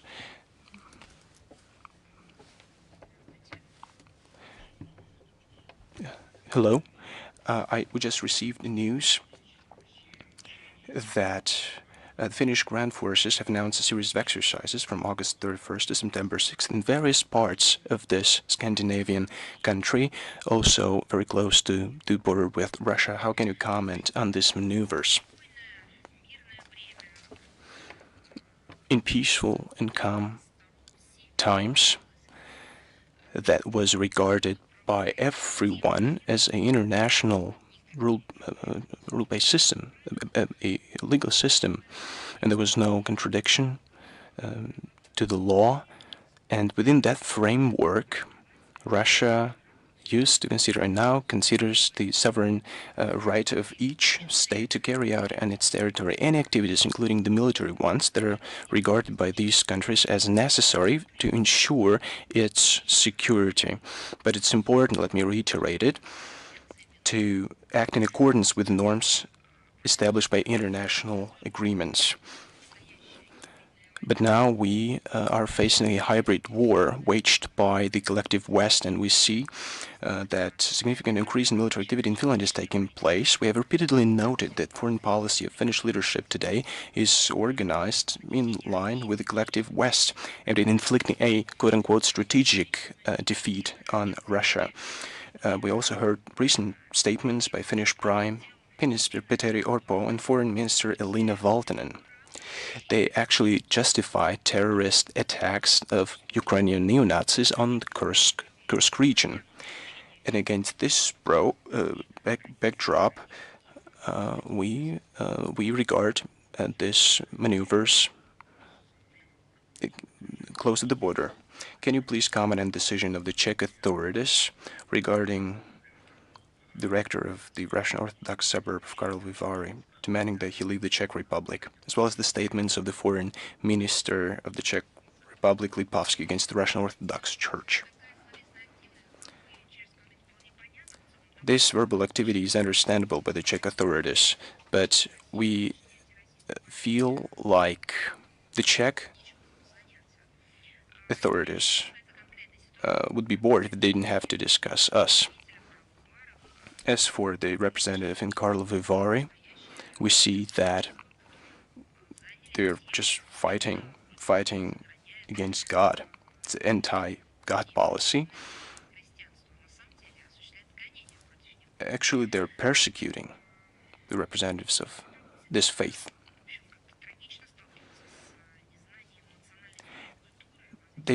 It's really sad when they don't know their history, their culture, and the Russian Orthodox Church has greatly contributed into the development of the church in this country. Less educated people come to power nowadays. Well, let us help them and remind them of the facts, historical facts of the Czech Republic. The prosecution of the Russian Orthodox Church is initiated by the country, which considers itself the successor to the Great Moravia, where the Saint Cyril and Methodius began the entire Slavic world. Now they're prosecuting the church. Well, we can regard it only in this way, but we see in whole how this liberal dictatorship, and in particular their followers, are committing these acts of aggression against world religions, including Christianity, and it's obvious in all its forms. Thank you very much. Do we have a representative of Izvestia here with us? Hello. You already touched upon this topic. Danish Foreign Minister Lars Løkke said that Ukraine could use Danish weapons to strike Russian territory. How does the Foreign Ministry evaluate these statements? That's nothing new. Not a new statement. Since the launch of the special military operation, the Danish Foreign Ministry is aimed at the maximum damage. The strikes are being launched on different infrastructure objects in the Crimea, Sevastopol, Zaporozhye, Kherson, Lugansk, Donetsk. Now also in the Kursk region. On the 16th of August, the Minister of Defense of Denmark declared that there are no geographical limits as far as the delivery of military equipment goes. And also, terrorist attacks were justified, the recent attacks. I think that Copenhagen continues to demonstrate its Russophobic attitudes, and is ready to support Zelensky's neo-Nazi regime and its support for legalization of terrorist acts.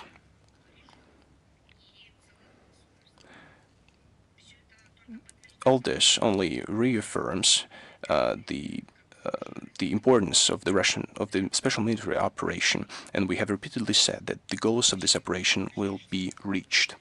I have one more question. The British Prime Minister said recently that he is going to increase the military support for Kiev, and he's going to convince to transfer Storm Shadow missiles for use in the center of Russia.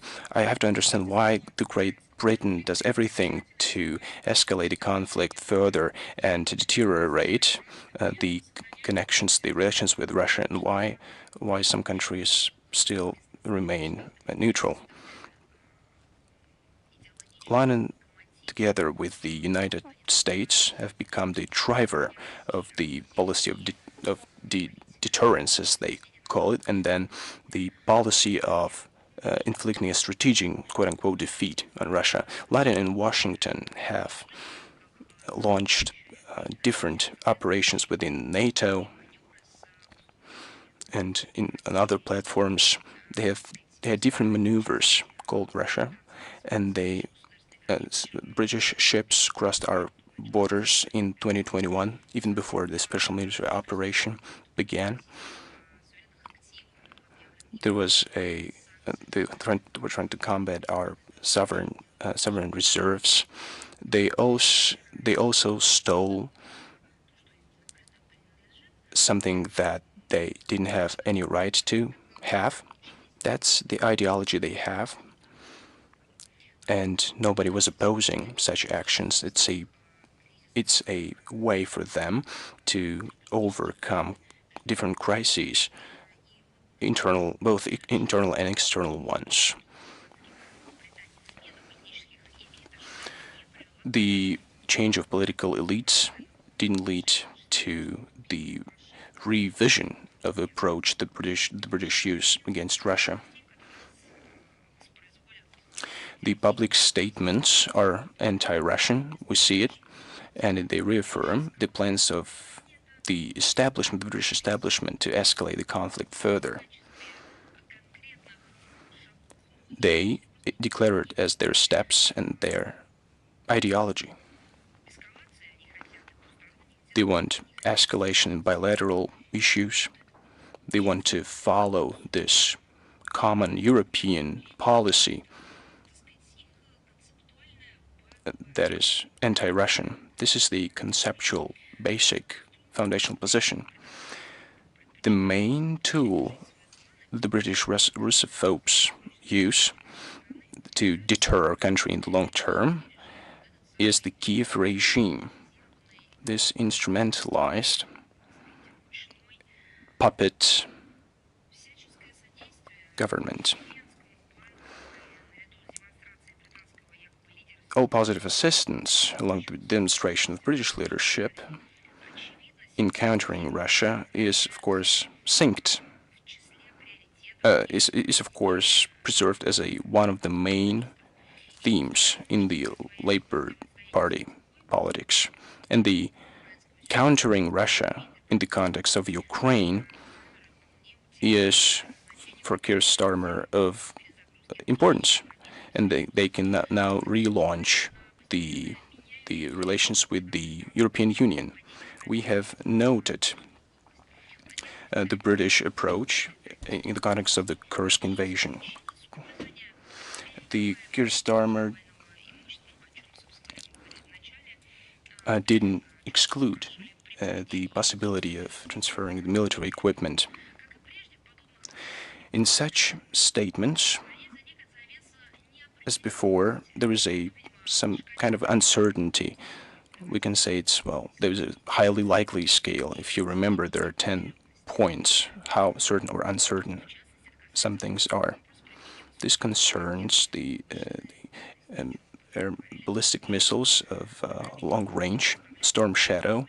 Well, they'll leave London a field for political maneuver. The Kiev regime is now being used as a tool to implement hybrid aggression against our country, as well as a veil, so to speak. The ideologies are Anglo-Saxons. We would remind our British strategists that this escalation only makes it worse for each part of this conflict. But we have to realize that London is the full member of this conflict. The tanks challengers too are an evidence to that. It's not good for them that they participated actually in this terrorist acts against our country. It's their global mistake, historical mistake, and it's their crime. How does Moscow evaluate the activity of IAEA in the recent sabotage by the AFU in the ZNPP and the threat of attack on the Kursk NPP? We're in close contact with IAEA and we are evaluating any action or inaction. Let me say what we are doing so that we can encourage others.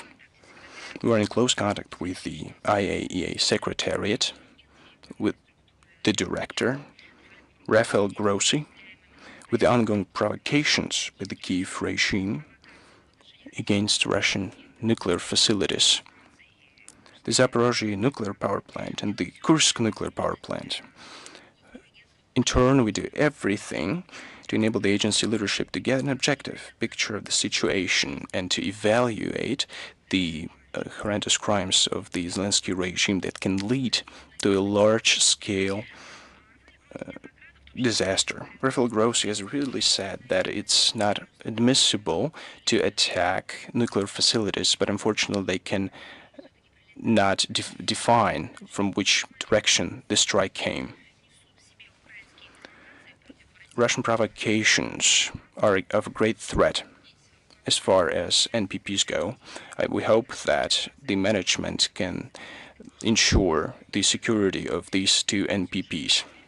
Rafael Grossi reaffirmed his preparedness to visit the Kursk NPP at the end of August of this year. Now we are working on modalities of the upcoming visit. Rafael Grossi wants to lead at the beginning of September another rotation of the IAEA Secretariat on the Zaporozhye NPP. And Madam Zakharova. Выставит на аукцион национализированный культурный центр Дом Москвы в Риге. Деньги от продажи планируют направить Украине. Как бы вы могли это... House of Moscow in Riga, in order to sell it, to supply the money to Ukraine. How could you comment it? You know how there's something that's stolen and there's those who sell what is stolen. And on December 21st, 2023, the representatives of Latvian Special Services entered the House of Cultural Business Center, House of Moscow in Riga. The employers of the house were freed of their means of communication, they were questioned. And then on January 11th, they adopted the project law on expropriating it. And of course, as for legitimacy, for the international law, anything, there is no correlation whatsoever. This was a political order. And I'd like to remind you that this is not an expropriation of their own stuff. It's not the Latvian propriety of public or private property. This is the property of the government of Moscow. We've already verified these actions as raiding, as theft in a state scale, which goes against the norms of international law and the norms that guarantee the untouchability of the property of other countries. And this is another example of what the United States and the United Kingdom have been doing for a while. They steal the property of other countries, they steal private property, and they expropriate something that they have never owned nor has ever been owned by their countries. They attack the private property, houses. Just remember how much property those with diplomatic immunity and those without the status for a lot of years, how much has been stolen and taken away by the American authorities, and now Riga follows in line. We have already qualified this, and all the responsibility for this illegal actions falls on the local authorities. There will be responsive actions. As for the plans of the authorities to send the money gathered from it to the Kiev regime, then this is a step that perfectly correlates with their logic to supporting neo-Nazis and the terrorists represented by the Kiev regime.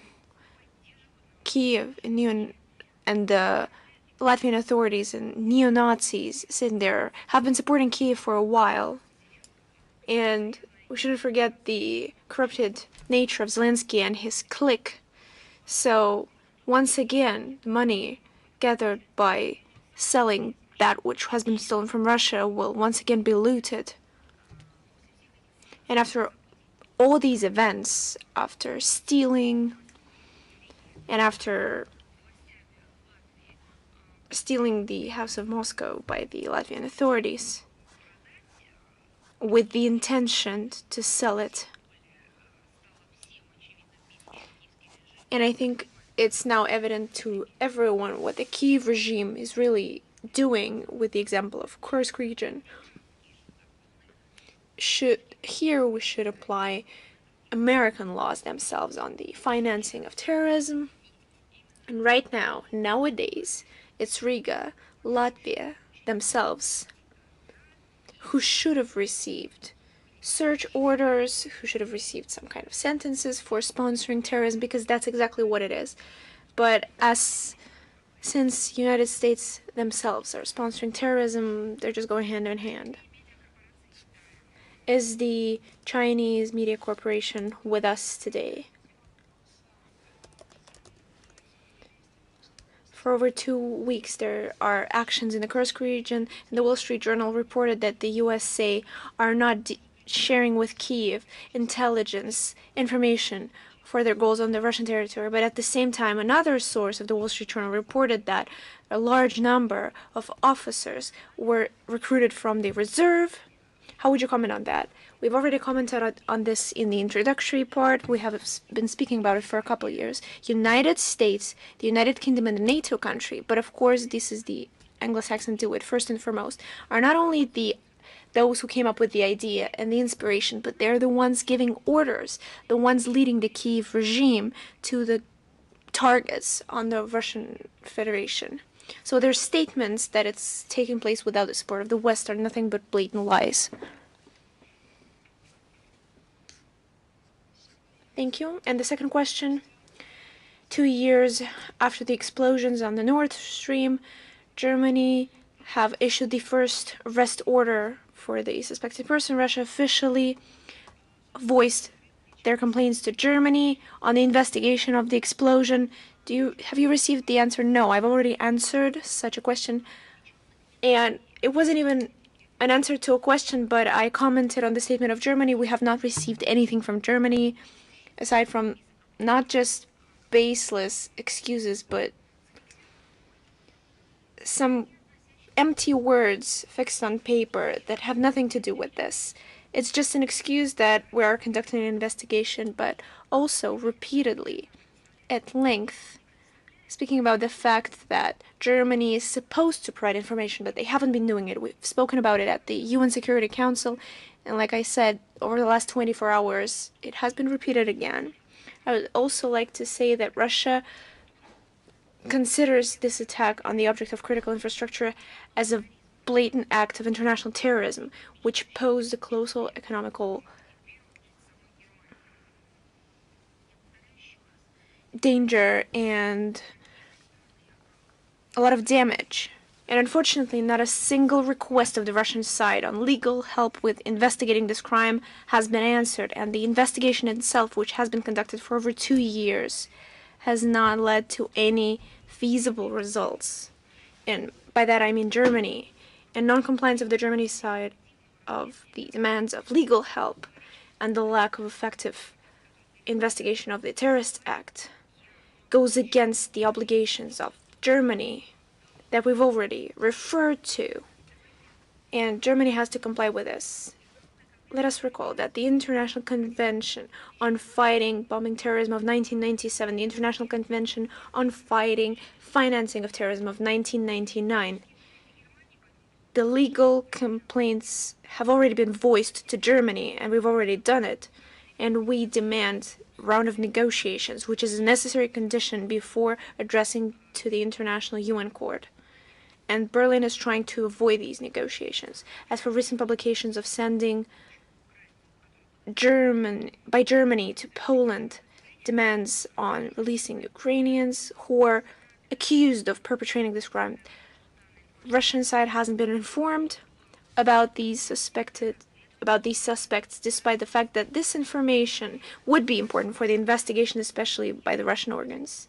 We've also noticed that, according to the Polish procurator's office, one of the persons in this case, Ukrainian Volodymyr Z, was in fact on the Polish territory, but he managed to leave the country before Germany added his name to the list, and maybe it could be Zelensky. And Poland is another party to the aforementioned conventions and carries the same obligations on contributing to the investigation of the terrorist act on Nord Stream, perpetrating and identifying the perpetrators and bringing to justice these terrorists.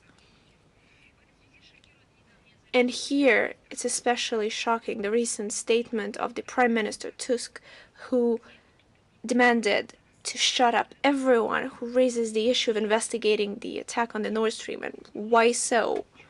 I'm not even asking why the Prime Minister of Poland is speaking in such a tone and using such words. I'm merely interested where the norms, the legal norms, acts or laws who prescribe not to speak about the crime and the punishment, especially perpetrated on an international scale. What exactly are they referring to? Or perhaps they just follow the rules-based world order and decide to continue speaking, but we will not leave it without attention. If you have no further question, is the Everelk with us?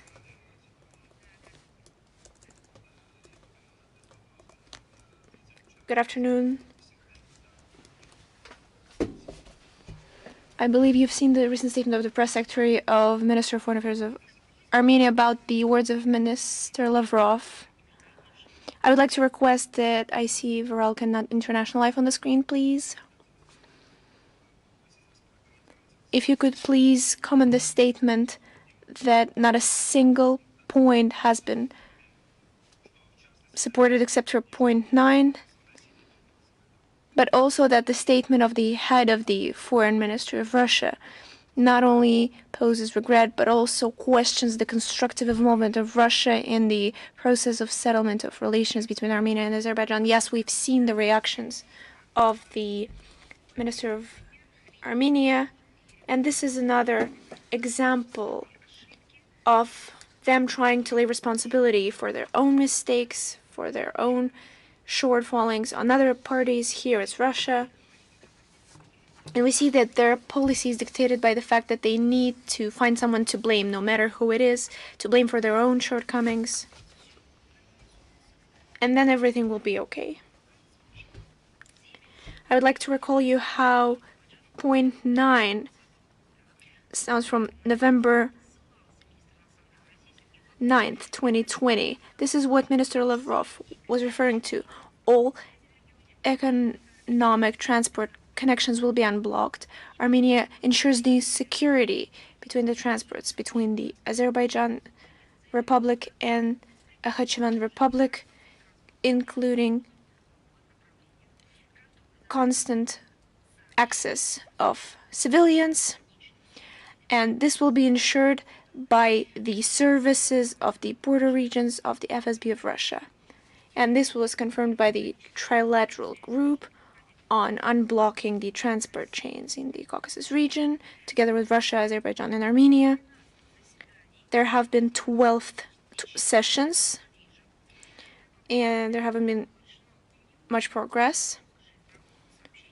And they've decided not to connect the railway connection with the auto connection. They've enshrined the sovereignty and responsibility of parties of routes going from the countries, and this was insisted by Yerevan themselves. So I hope that the statement that was posted, the statement that you've mentioned, that they have enough time to comment on that. We have regulated the transport control, but reaching any concrete agreement on the transport connections was hard, especially because Armenia was unwilling to agree. They stepped away from the principles. They've refused to accept the presence of Russians. They demanded that they not only stay present on the Armenian side, but also on the Azerbaijani side. And we still don't understand what they were referring to because I've just quoted the text of the agreement. So as for the point 9 of the trilateral agreement from November 11th, 2020, and I have to draw your attention, it was signed by the Prime Minister Pashinyan. Representatives of Armenia refused to organize the control of the trans-border services of FSB, and Armenia did not take any obligations as for the timeline of the negotiations. And then the Armenian authorities followed their new Western friends and practically freezed any kind of work in the trilateral group. So as for any practical results, as for unblocking communications and interests of Armenia, there were no results. Armenia once again follows the orders of the West, and instead of regulating transport connection with the neighbors in order to restore their own national economy, but also normalize the situation in the region as a whole. On our part, we stay devoted to the statements of the highest level that have been reached between 2020 and 2022. This is the only true base for ensuring stability, security in South Caucasus. And we call on the Armenian authorities not to allow the West to let the years-long efforts to go in vain. And as you understand, this is especially relevant considering the US and the European obsession with driving a wedge between our relations with Armenia and other countries.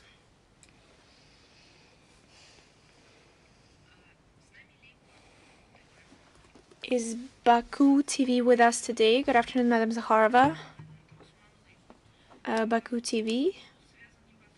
My question has to deal with the recent state visit of the President, Mr. Putin, here to Baku. As you know, one of the issues that was up for discussion was the settlement between Azerbaijan and Yemen in line with the trilateral agreements. Alas, on the same dates that Vladimir Putin was in Baku, Armenian tried to start a provocation, especially shellings in Nakhichevan direction. I'd like to hear a comment on that. Yes, presidents of Russia and Azerbaijan spoke at length about this issue of peaceful settlement between Baku and Yerevan during the visit of our president to Azerbaijan. And I believe that you're aware because they've also spoken about it at the press conference, and all our efforts are in spirit with the allied relations both with Baku and Yerevan because we're connected with historical and cultural relations between our countries, and we want to ensure stable security in the region.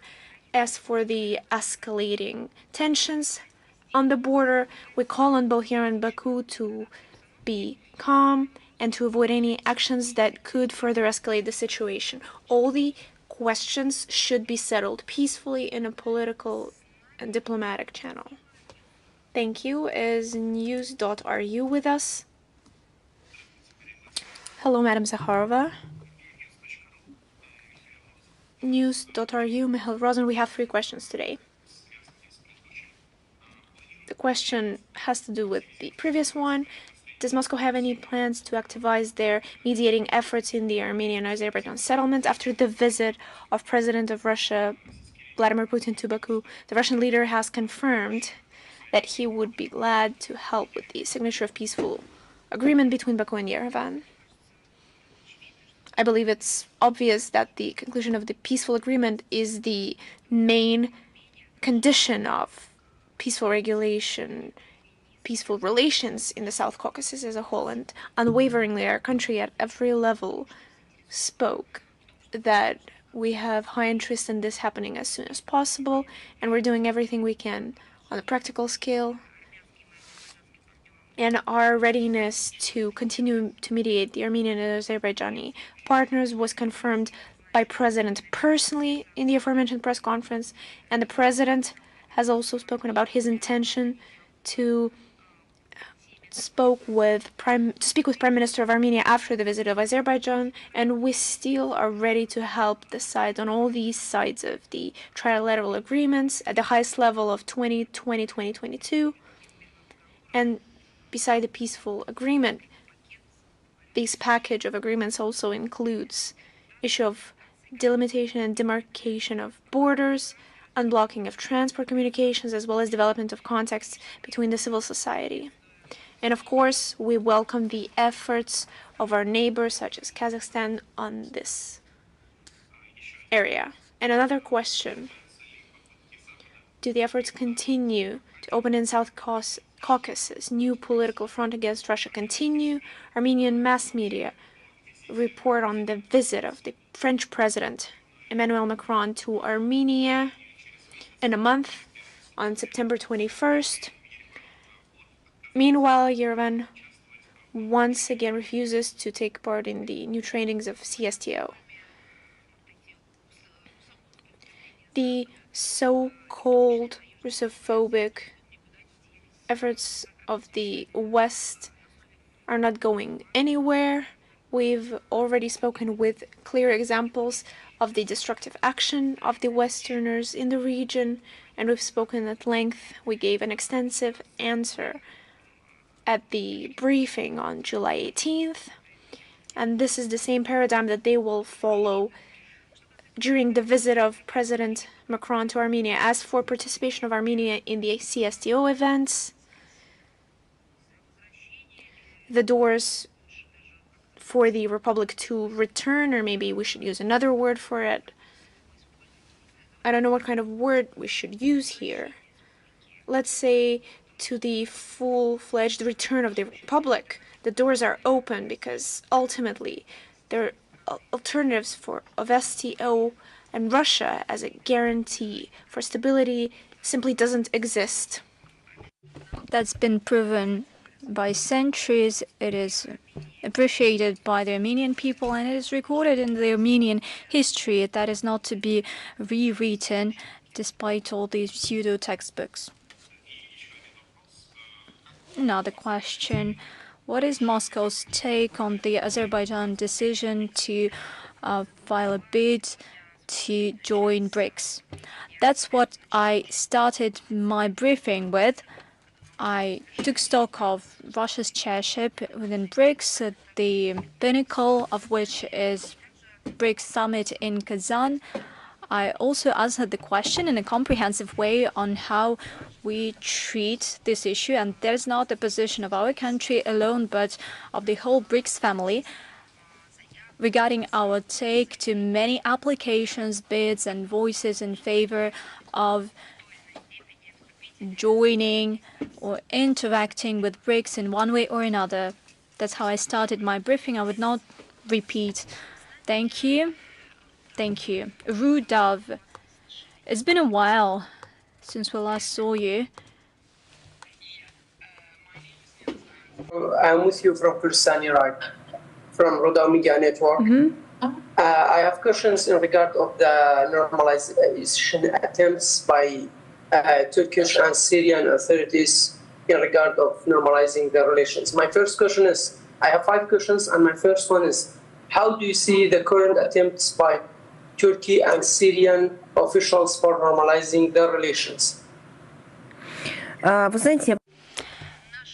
You know, as we see it, Turkey and Syria see rebuilding interstate relations as one of the primary tasks, and the messages that they are ready to do that are sent from both capitals, including at the highest level. From our part, we also believe that bringing relations back on track between Ankara and Damascus is extremely important to advance a comprehensive Syrian settlement and strengthening regional security. Let me remind you that in 2023, Moscow organized a whole range of meetings within the trilateral format, including Russia, Iran, Syria, and Turkey, including at the level of foreign ministers and their deputies, defense ministers, and heads of security services. As we see it, a very good framework was set in place for the development of dialogue, leading to the discussion of the whole range of issues to improving Turkey-Syria relations at the high and summit levels. We seek to further closely coordinate for the benefit of rebuilding interstate relations between Ankara and Damascus, primarily with the participants of the Astana format that proved itself to be efficient and relevant more than once. In 2024, have you been involved in those attempts for normalizing the relations? I mean, in 2024. As I've already said, in our country, in Moscow, we had a range of events attended by Turkey and Syria. It gives them an opportunity to have contacts indirectly in the framework of the multilateral forum, and among other things, we support dialogue between the two capitals, and basically we contribute to normalizing relations between the two countries.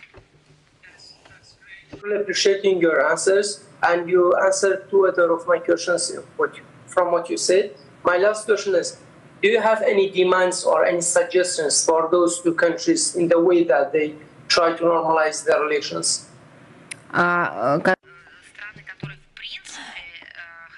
Well, countries that... Are you talking about Turkey and Syria in particular, or just countries in general? I'm talking about Turkey and Syria. You know, from the outset, we've been saying that attempts to isolate Syria, to exclude it from regional entities, not to talk to Damascus, were a mistake. And as early as 2015, 2016, we predicted that everything will get back on track. Both Damascus, Syria, will cooperate with neighboring states, with regional states, or will reinstate or rebuild relations with many countries that refused to do so a decade ago. It was obvious because the whole story around Syria and the whole conflict was man-made, and it was fueled in many ways by the collective West. That is why it was obvious that Russia will not allow Syria to fall under the pressure of the West. And Russia will provide assistance in combating international terrorism.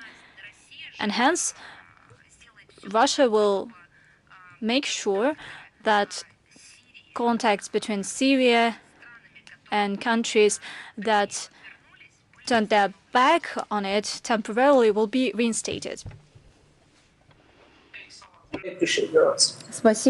Thank you. The Moscow Post, are you here with us? Yes, we have 3 questions today. Hello to you.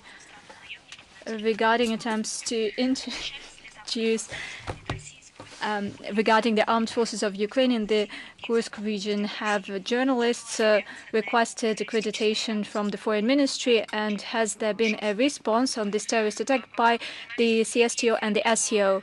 Are you talking, what kind of journalists are you talking about? Are these journalists that were currently accused of trespassing? No, they have not asked for visas or accreditation. If you are talking about foreign journalists in principle that are located near the region or in the area, indeed there are a great number of foreign journalists who are working legally, and we urge all foreign journalists, not only do we urge them, but we insist that they abide by the Russian legislation. If you are a foreigner, you need to have a visa and an accreditation for sure. In any case, if you represent a foreign media, you need to have a foreign ministry accreditation. Those journalists who crossed Russian border illegally have not requested any accreditation from the foreign ministry.